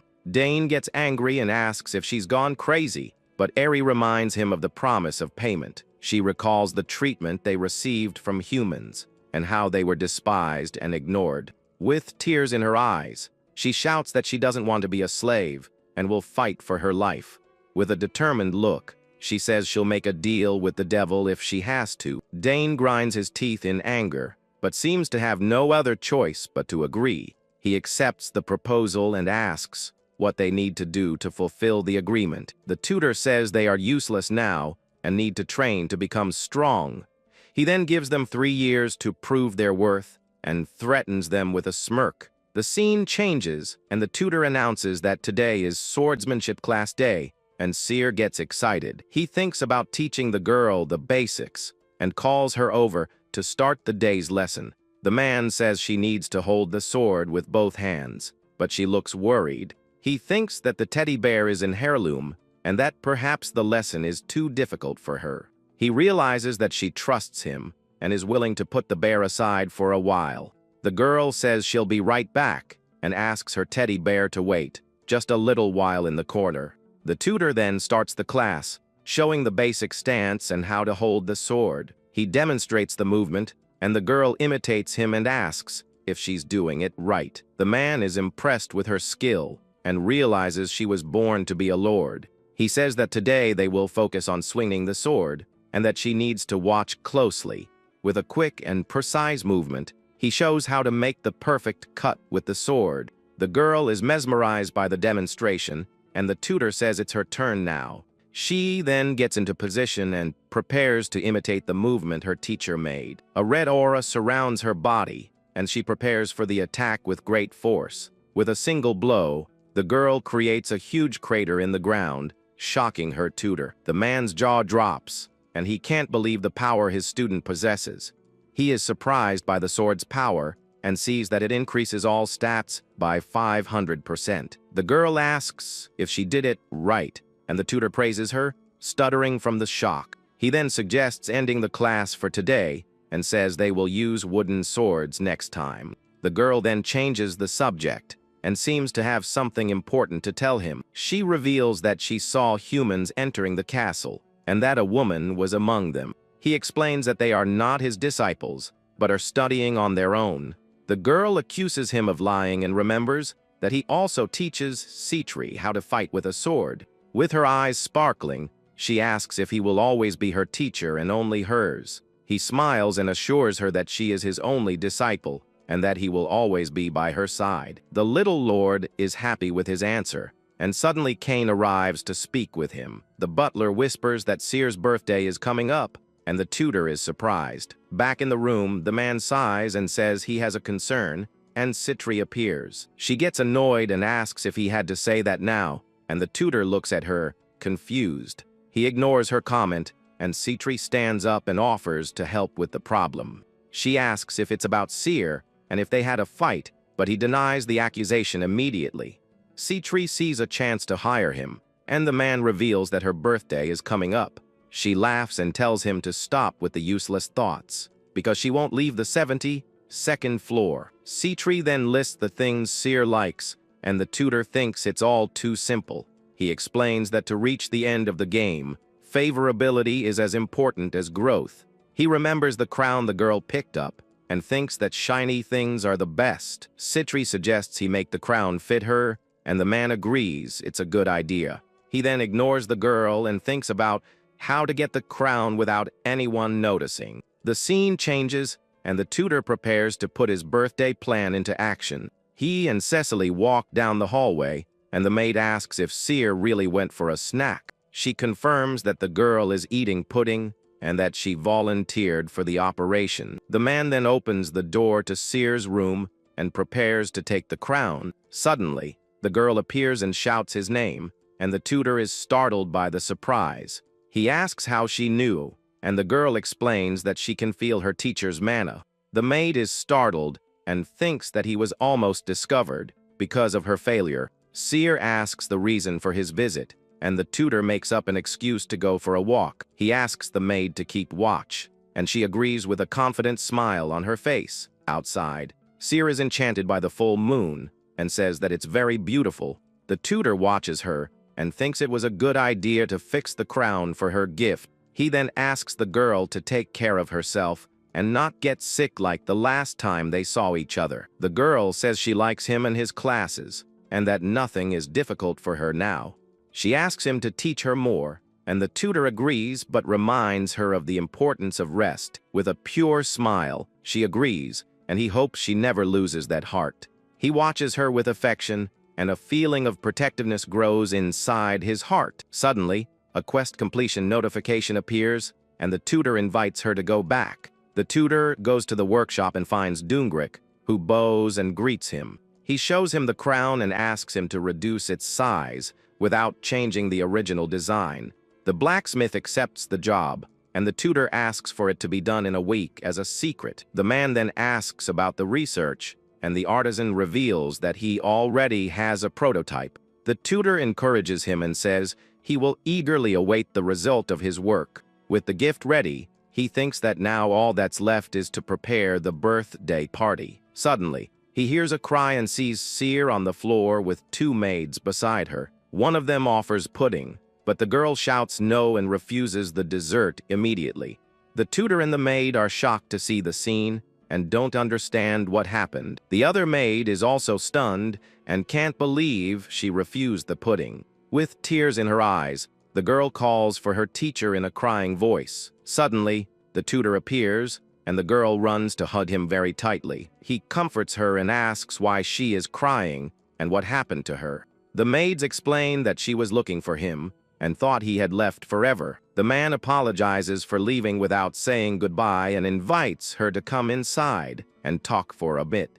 He calms her down and asks What worried her so much that it made her cry like that? With her eyes full of tears, she reveals she was afraid her teacher would leave. He reassures her and promises to take care of her until she grows up and becomes a queen. The girl then asks fearfully if he will leave her when she ascends to the throne. The tutor thinks that he can't reveal his true goal of returning to his world. He lies and says he will stay by her side forever, and the girl calms down a little. He invites her to eat some pudding, and she accepts, but a dark voice warns her about the lie. She realizes he will leave when he achieves his goal, and that she can't let that happen. With a determined look, she decides she will do her best so that he never abandons her. With a gleam in her eyes, she swears she will never let him go and that he is hers forever. A week later, on Seer's birthday, everyone gathers to celebrate the occasion. The little lord thanks everyone,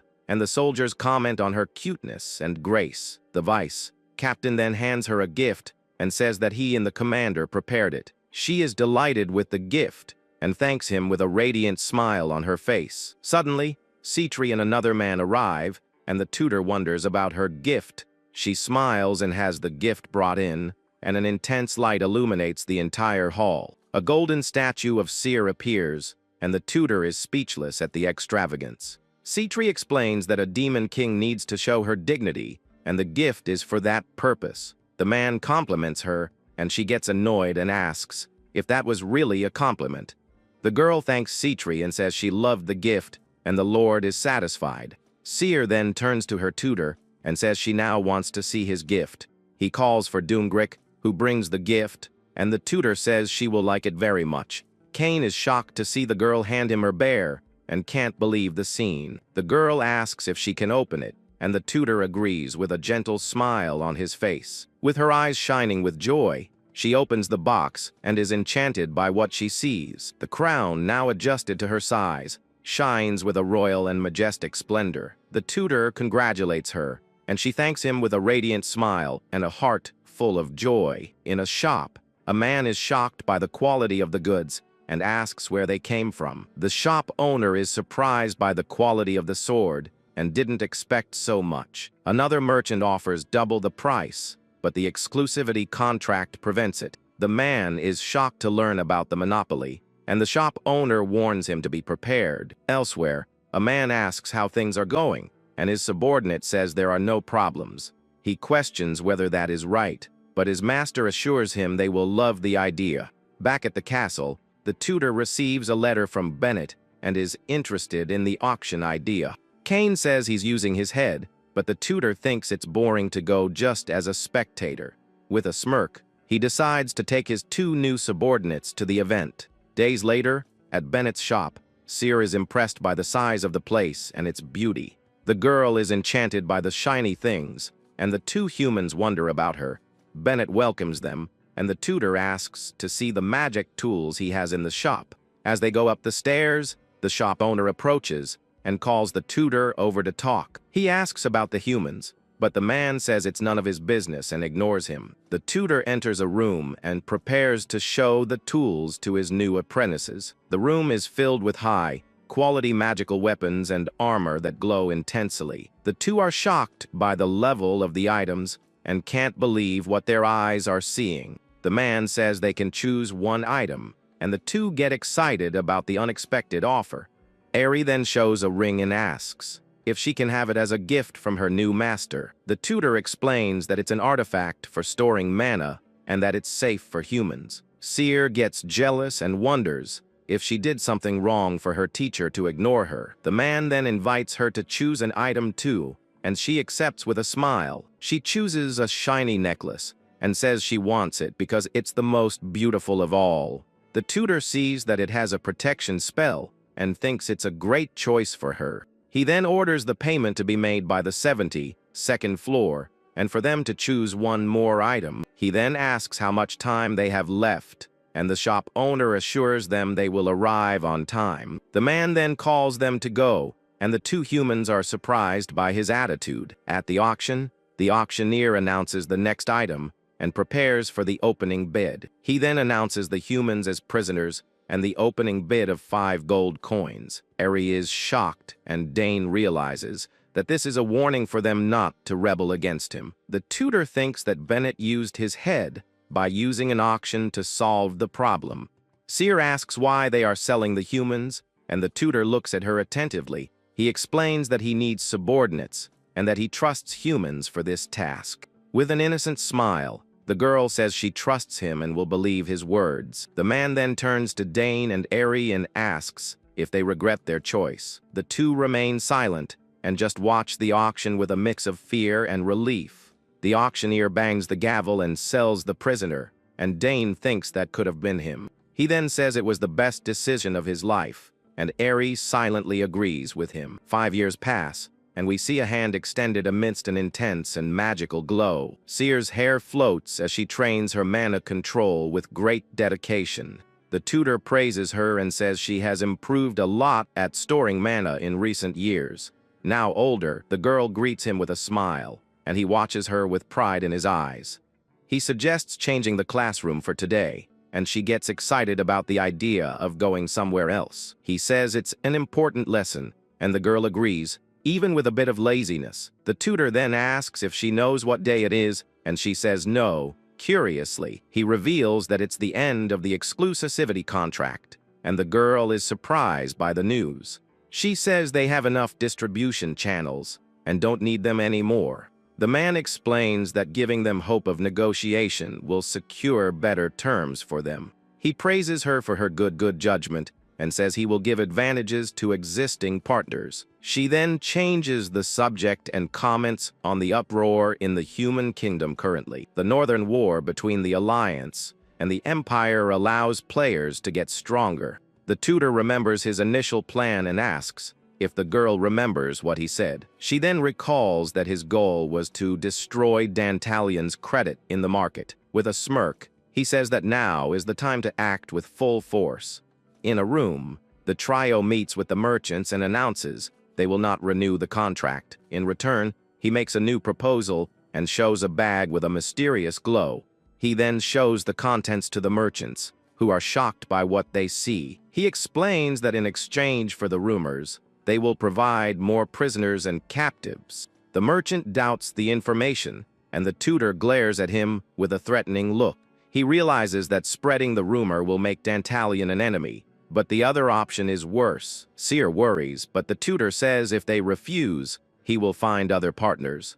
The merchant knows that business with him is vital and that he cannot refuse the offer. He and his partners accept the proposal, and Citri questions the truthfulness of the information. She says that Dantalion is not careless, and the tutor gets annoyed with her distrust. Citri defends herself and says she won't go to the 72nd floor because of that girl. With a dark look, the girl glares at her, and Citri gives in and asks what she should do. The tutor tells her to continue as usual, and that the rest will resolve itself. In the castle on the 69th floor, one of the lords receives shocking news. He reads about suspicions of fabricated sales in Dantalion's arms business. Angrily, he shouts and wonders who in the world dug up this secret information. The arms business was one of his main ventures, and now it has been hit. With unsold weapons, he forged the books to make it seem like everything had been sold. He believed that maintaining his network of contacts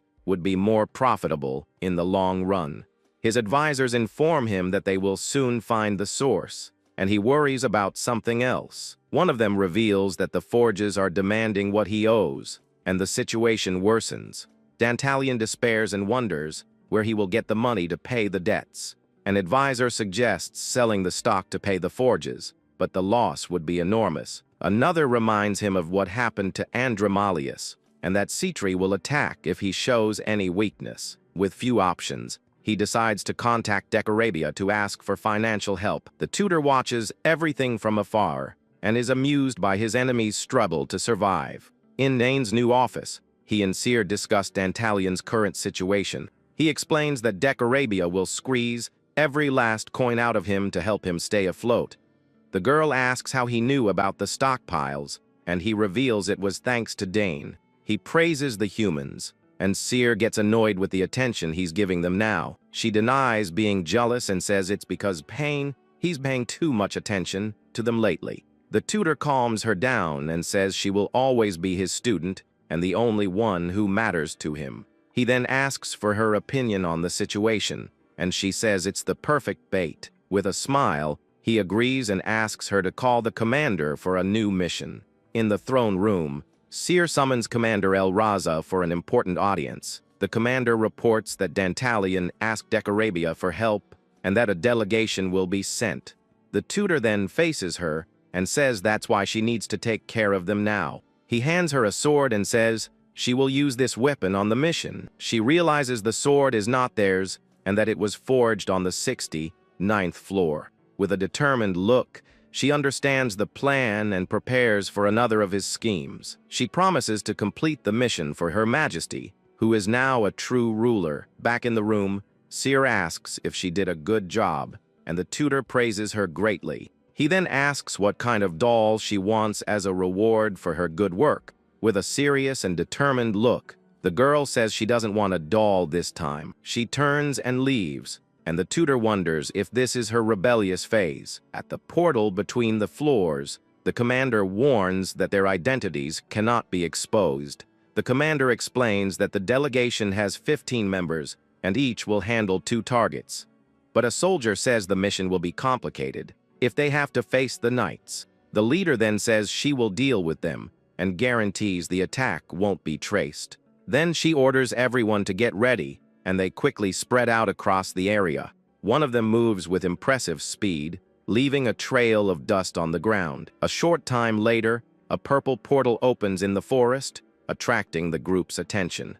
Decarabia's delegation emerges from the portal, and the commander notices there are no knights. With that, she leaps and prepares to launch the surprise attack against the targets. In the blink of an eye, a slash of red energy advances towards the enemies. She then shouts to her soldiers and orders them all to attack with full force. The mages are caught by surprise and wonder where the opponents came from. After the battle, the commander says that should be enough and that they will return. In his castle, Dantalion is shocked to learn that the delegation has been annihilated. His advisor confirms the news and says they must inform Decarabia immediately.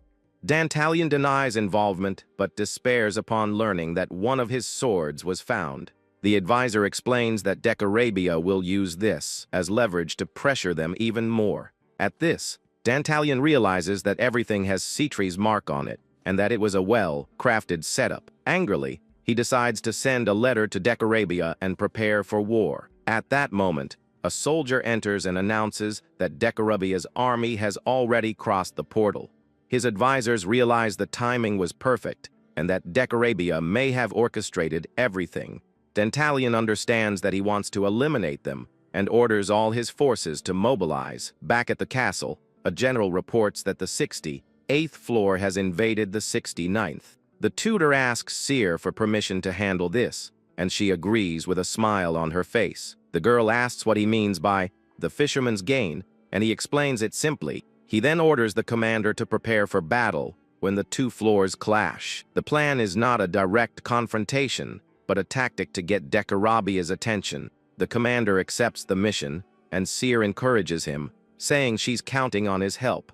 The tutor then asks another commander to evacuate the merchants to the 70th floor. He explains that the merchants seek out the 69th floor for its safety and good treatment. But now that Dantalion has deceived them and the war has begun, the place is no longer safe. With a smile, he says it's the perfect chance to destroy the trust in Dantalion. Seer asks about Citri's approval, but the tutor assures her that he won't mind. She then understands that if everything goes well, Dantalion will fall on his own without much effort. The 2 commanders bow and leave the throne room to begin preparations. The tutor notices that Seer is thoughtful, and she says she suddenly had a great idea. She suggests they take down the 69th floor themselves, but he thinks it's risky.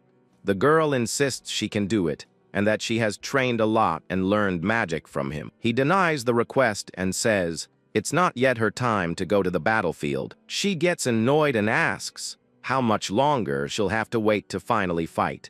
The man thinks she's right, and that no demon lord could beat her now, but he's worried about her safety because she's still a child and could get hurt. He asks her to be patient and promises she will lead when the 70th floor is conquered. In return, he offers her a wish, and the girl gets excited about the unexpected proposal. With a smile, she asks to go somewhere with him and says that any place will do. He realizes they've never gone out just for fun and agrees to her request. That night, the girl is in her bed and can't sleep from so much excitement.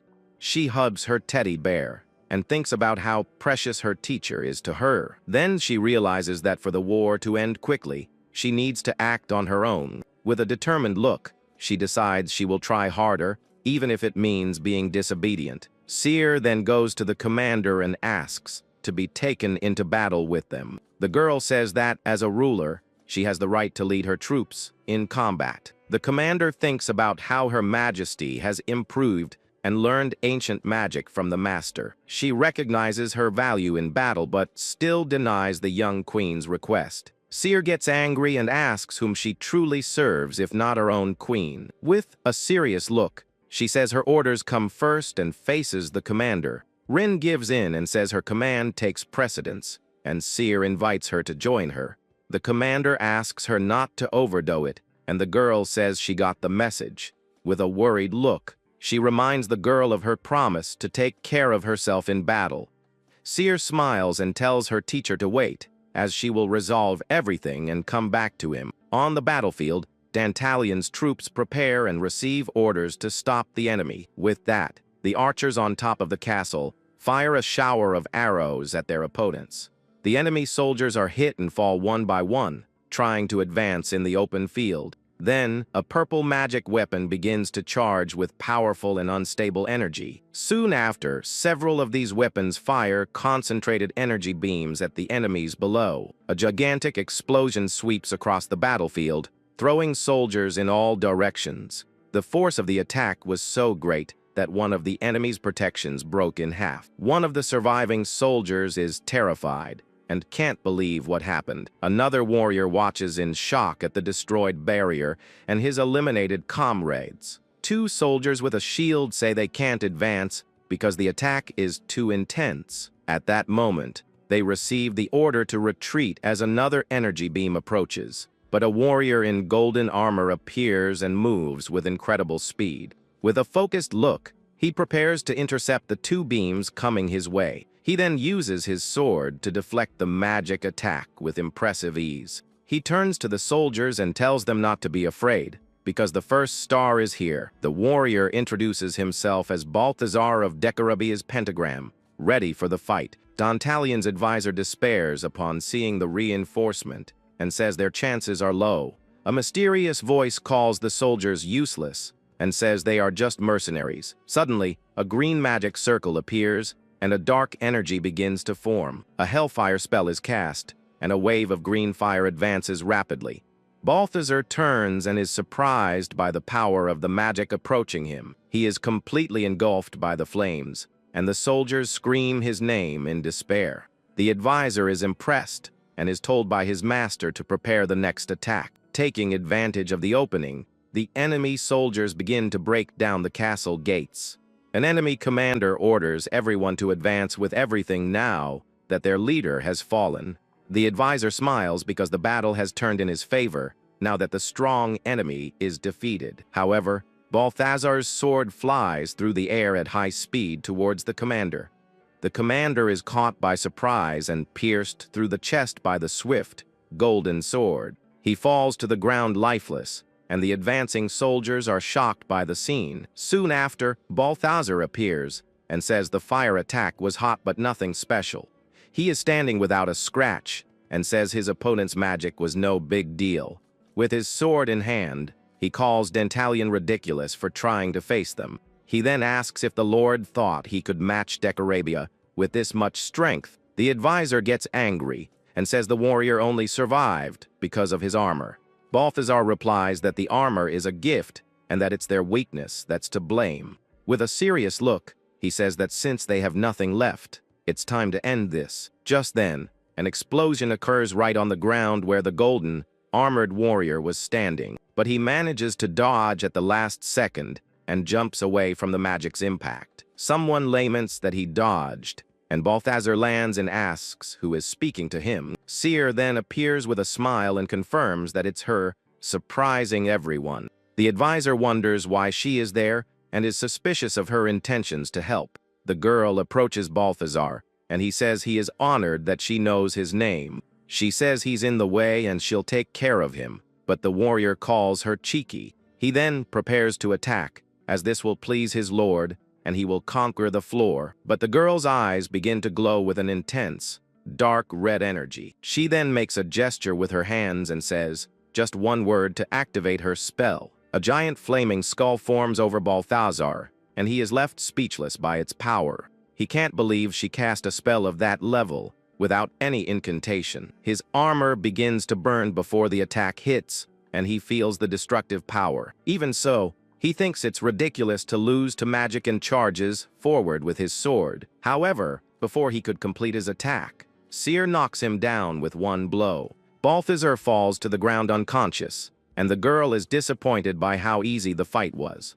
The advisor is shocked because he couldn't even see her movements. They were so fast. Commander Lin arrives on the battlefield and calls out for Her Majesty, worried. She asks what the queen was thinking, advancing alone, and Seer greets her. With a surprised look, the commander notices the fallen warrior and recognizes him. Another soldier is impressed with the feat, and the commander tells him to be quiet and warns the queen. The girl asks why and says they just need to eliminate all the enemies to solve the problem. The commander explains that those are not all of them, and that the other members of the group will come. With a wicked smile, Seer suggests blaming Dantalion and pretending they came to help. The advisor watches the scene from afar and feels a frightening aura coming from the two of them. The commander questions the plan, but the girl says they can force a deal with Dantalion. She then remembers that her master taught her not to hesitate, and the commander praises her learning. With a smile, the queen asks the commander to take care of the soldiers, and she agrees to the order. Under the queen's orders, all forces prepare to annihilate the remaining enemies. Dantalion and his men see the reinforcement, and he already thinks about the reward, but the advisor doesn't. Meanwhile, Seer begins to accumulate a large amount of magical energy in her body. She then raises her hand and creates a dark, purple sphere of energy with immense power. She then launches the sphere towards the castle, while those on top watch. The attack hits the castle with full force, and a shower of purple lightning destroys everything. The advisor screams in despair and wonders why she is attacking them too. She says she protected the castle, so she has the right to do whatever she wants with it. He understands her intention and prepares to attack with his own magic, but his spell fails, and he wonders why his magic isn't working. He then realizes she has mastered Dispel Magic, and she gives him a choice. She says he can join her or be destroyed with the castle, and he reflects on it. He thinks he could share the same fate, and that it's better to ally with her now. He gives in and asks her to stop, but the girl scolds him for the way he speaks. She smiles, satisfied, and suggests they draft the peace treaty immediately.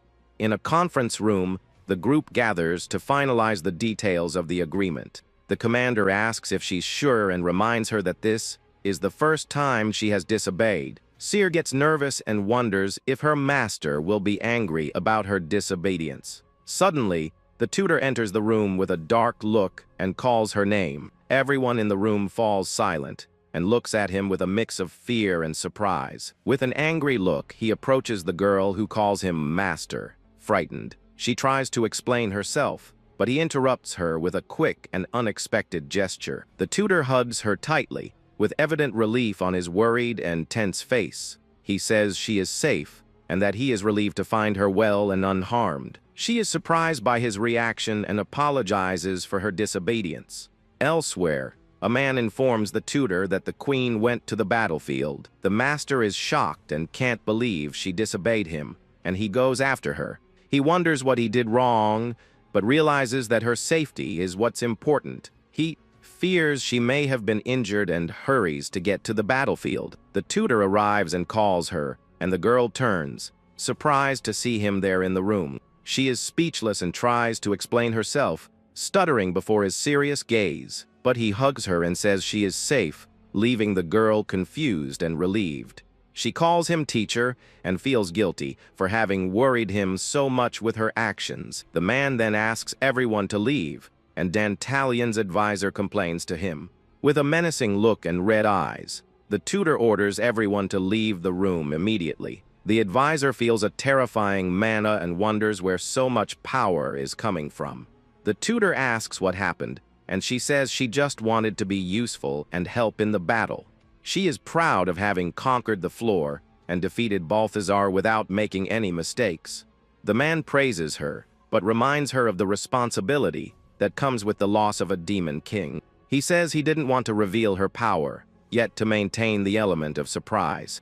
The girl hands him the peace treaty and asks if he wants to take a look at the document. He reads the plan to move the base to the 69th floor and absorb the merchants. With a smile, he praises the plan, and the girl asks if he will grant her wish.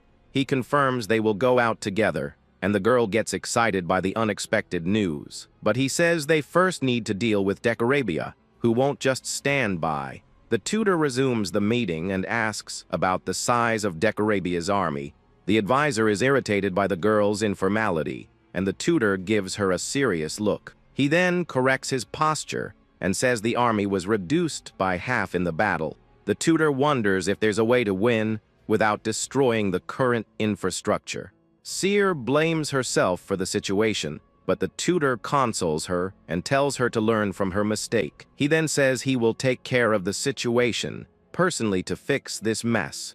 In the castle on the 68th floor, Decorabia is furious with the news of the failure. He yells at his subordinates, accusing them of incompetence and of tarnishing his name. They bow and ask for one more chance to defeat Dantalion and fix their mistake. With a dark look, he agrees but demands that they bring him Seer's head as well.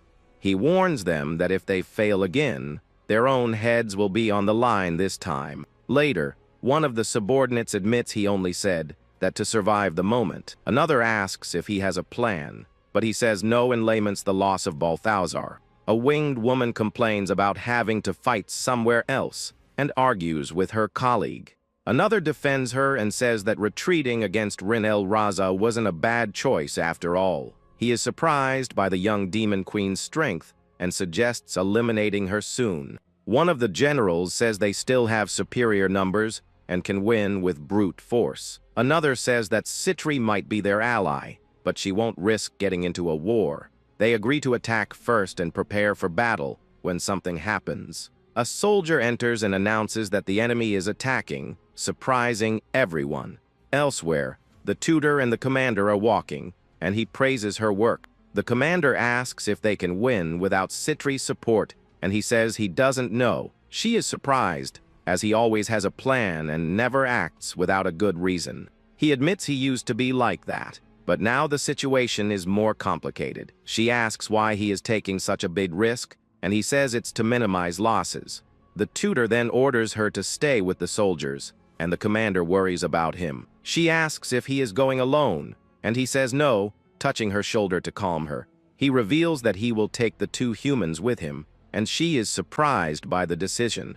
The man says he knows she doesn't trust them, and that today is the day to test them. He turns to the two of them and asks them to prove their worth and show their growth. He wonders if he can do this, as he only won the other one because of the surprise attack. He feels the anxiety of uncertainty and knows his body is strong but doesn't know its limits. This same anxiety made him retreat before, and he knows he won't get a second chance. One of the humans warns that there are enemies ahead, and the tutor sees the large reception. He observes the valley and sees that the enemies are scattered throughout the rocky area. With a determined look, he orders the two to help him, and they advance into battle. The enemy scouts report the arrival of a group beyond the valley and prepare to fight. But they realize there is only one person and wonder if they are seeing things correctly. The two generals agree it's a trap and decide to send scouts to investigate. One of the generals thinks they ran away, but the other says an ambush is more likely. She denies it and says she doesn't feel any mana, and that they must have fled in fear. One of the generals believes they might have avoided using magic because of Rubia's presence. Angrily, she decides to go alone and advances at high speed into the deserted valley. Her companions worry but trust her defensive magic to protect her. Rubia flies towards the tutor and complains about the wingless pests sending scouts. She gets closer and says they should have faced her group head on from the start. With a confident look, she prepares to show her opponent the terror of the harpies. The tutor then whispers a word, and a surprise attack erupts from the ground below her. A stone spike pierces her from below, and she screams in pain from the unexpected blow. She can't believe she's going out like that, and loses consciousness in mid-air. Her companions see her body falling and scream her name in despair and anger. They approach, furious, and ask who the man is that defeated her so easily. With a dark aura, the tutor says they talk too much on a battlefield. The eyes of a giant creature glow with an intense and menacing red in the darkness. Suddenly, a gigantic leviathan emerges behind the man and faces the two generals. The tutor smiles and orders the creature to clean up the mess for him with a simple gesture. He reflects that many factors decide a war, but there is something that changes everything. One of the creature's red eyes glows brightly and glares at the enemies with fury. The tutor knows that overwhelming force can turn the tide at any moment in battle. He then repeats the order, and the Leviathan prepares to attack with all its might. With its mouth open, the creature lunges forward and prepares to devour all the enemies. The soldiers and their horses are swallowed by the creature and scream in despair. They plead for their lives, but are dragged into the darkness with no chance of escape. The Leviathan then crushes everything in its path and lets out a roar of power and destruction. One of the surviving generals is shocked and has never seen power on that level. He approaches the tutor on his horse and faces him with a mix of fear and anger. With a smirk, the man asks what he thinks he is. With an air of mystery, from a distance, Eri and Dane watch the scene, and she asks if they need to intervene now. Dane says no, but that they need to prove their worth, and that this is their choice. He then jumps from a cliff and prepares to enter the battle and help his master. Eri casts a speed spell, and a green aura surrounds Dane to increase his power. He lands with force and advances towards the enemy mages with his dagger in hand. The mages are annoyed by the humans' audacity and prepare to counter-attack. They launch a wave of blue lightning in his direction, and Dane braces for impact. Eri then casts another spell, and a golden shield appears to protect her companion. The shield successfully blocks the attack, and Dane continues his advance unscathed. The enemy general sees the reinforcement and orders all his units to advance and attack. Dane kneels and prepares for a powerful attack, his dagger glowing with energy.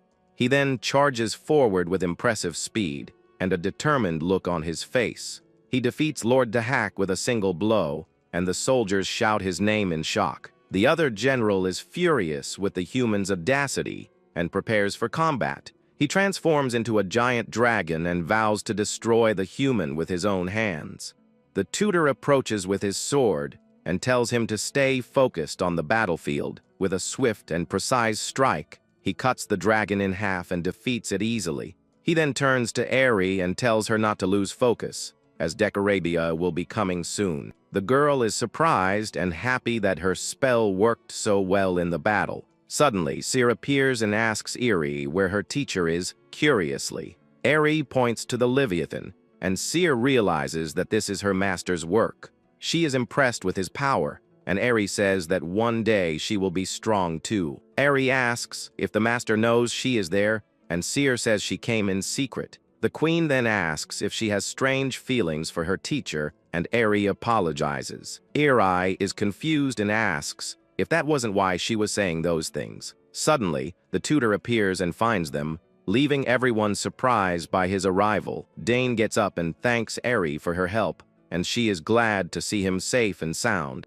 The master asks what Seer is doing there, and she says she came to welcome him back from the battle. He smiles and thinks that now that he has cleared the area, it's a good chance for her to gain experience. He says the castle is empty and asks her, and the commander to take care of the rest. The tutor then turns to Eri and Dane and praises their good work after 5 years. He promises to give them their own missions and tells them to rest calmly until then. With the floor conquered, he says that all that's left is to find what he's been looking for. In the castle, Decarabia kneels, defeated and with no strength left to continue fighting. Seer and the commander face him, and she comments on how he's not so strong anymore. The commander is impressed with the master's ancient magic, and wonders how he learned it.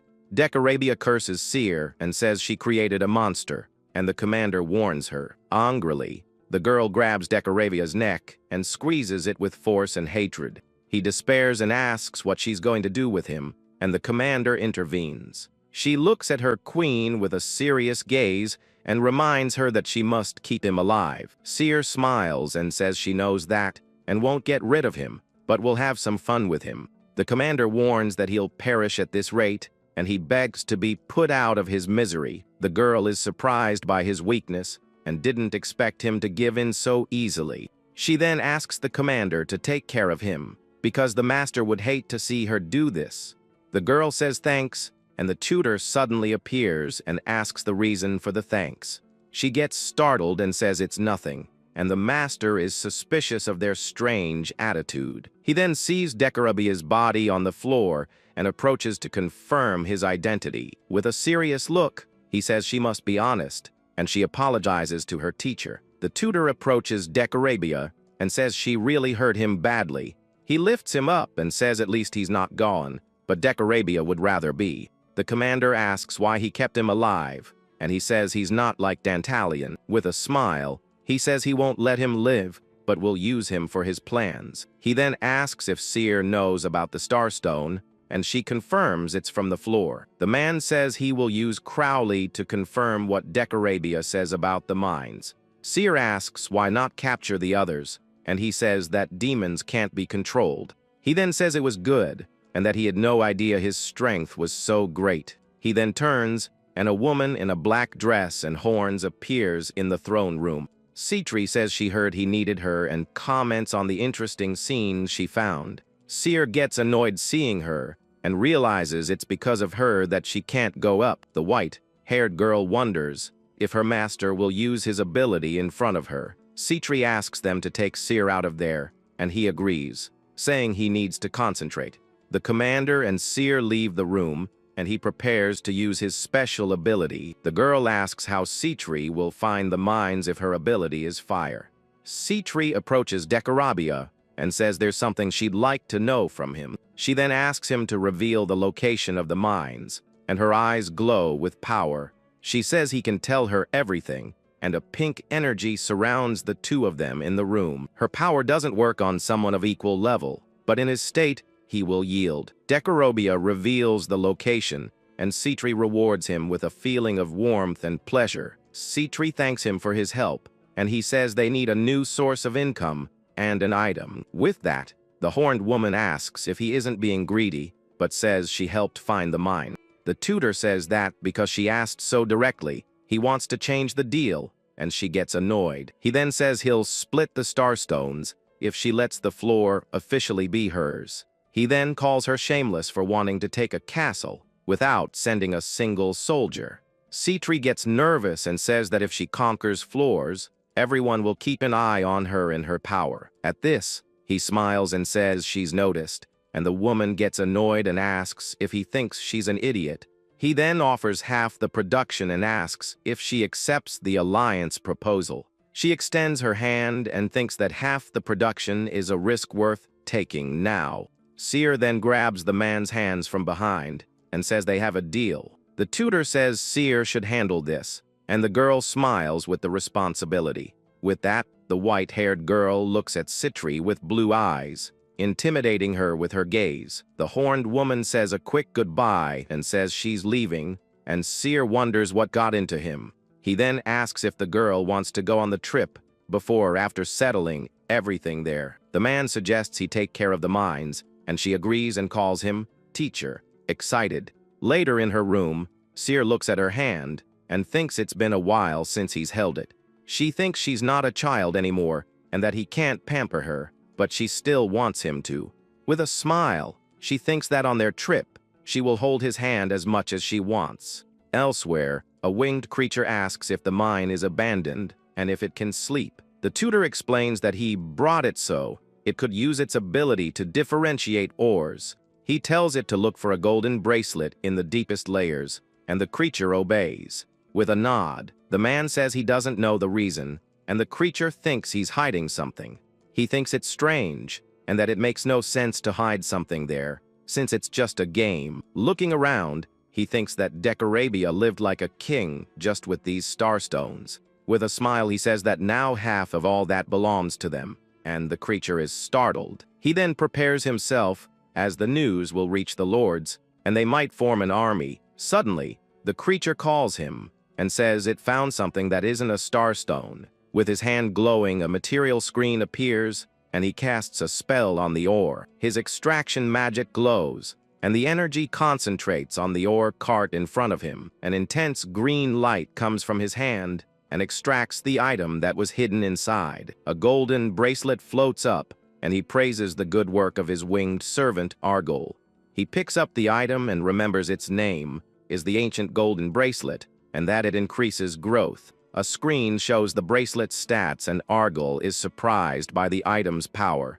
Argol shrinks back and asks him to withdraw his mana, because it's too strong, and he is surprised. The creature says it felt its body about to break, and the man apologizes for the excess. In a room, the advisor asks if they really need a blood seal, and the girl confirms it. Seer threatens to do the same thing she did to Decorabia, and the advisor agrees to make the seal. With his finger, he seals the document and says he has completed the task given to him. The girl then warns him to answer quickly since he was once a demon lord and knows how it works. With the seal in his hand, he calls her Majesty, and she says they are finished and can go. She then asks the tutor if she did something wrong, and he praises her for acting like a lord. The girl gets excited and says she wants to go to a quiet place with a beautiful view and few people.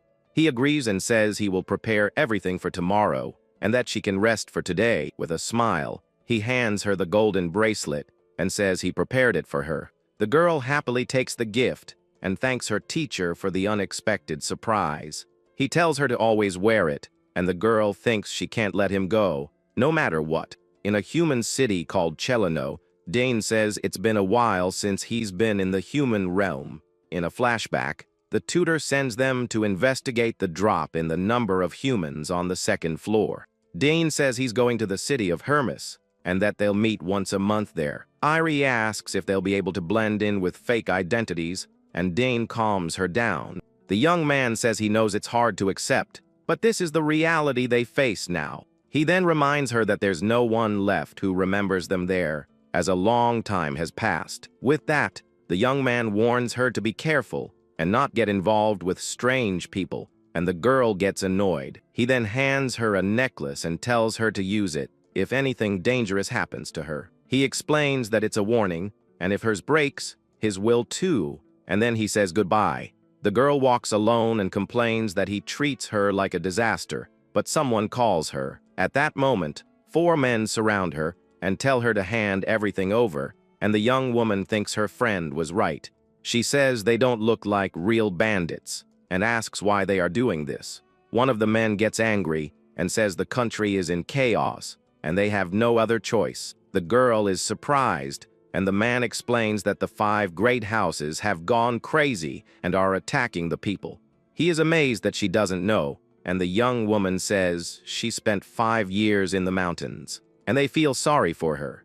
Then one of them thinks she's lost her memory and invites her to go with them, but she refuses the offer. One of the men is doubtful and says if a knight heard her, he'd call her a witch, and she is surprised. He says the temple announced that the disappearances were the fault of witches hiding in the human kingdom. The man then says they destroy villages and take the children, and one of them laments for his daughter.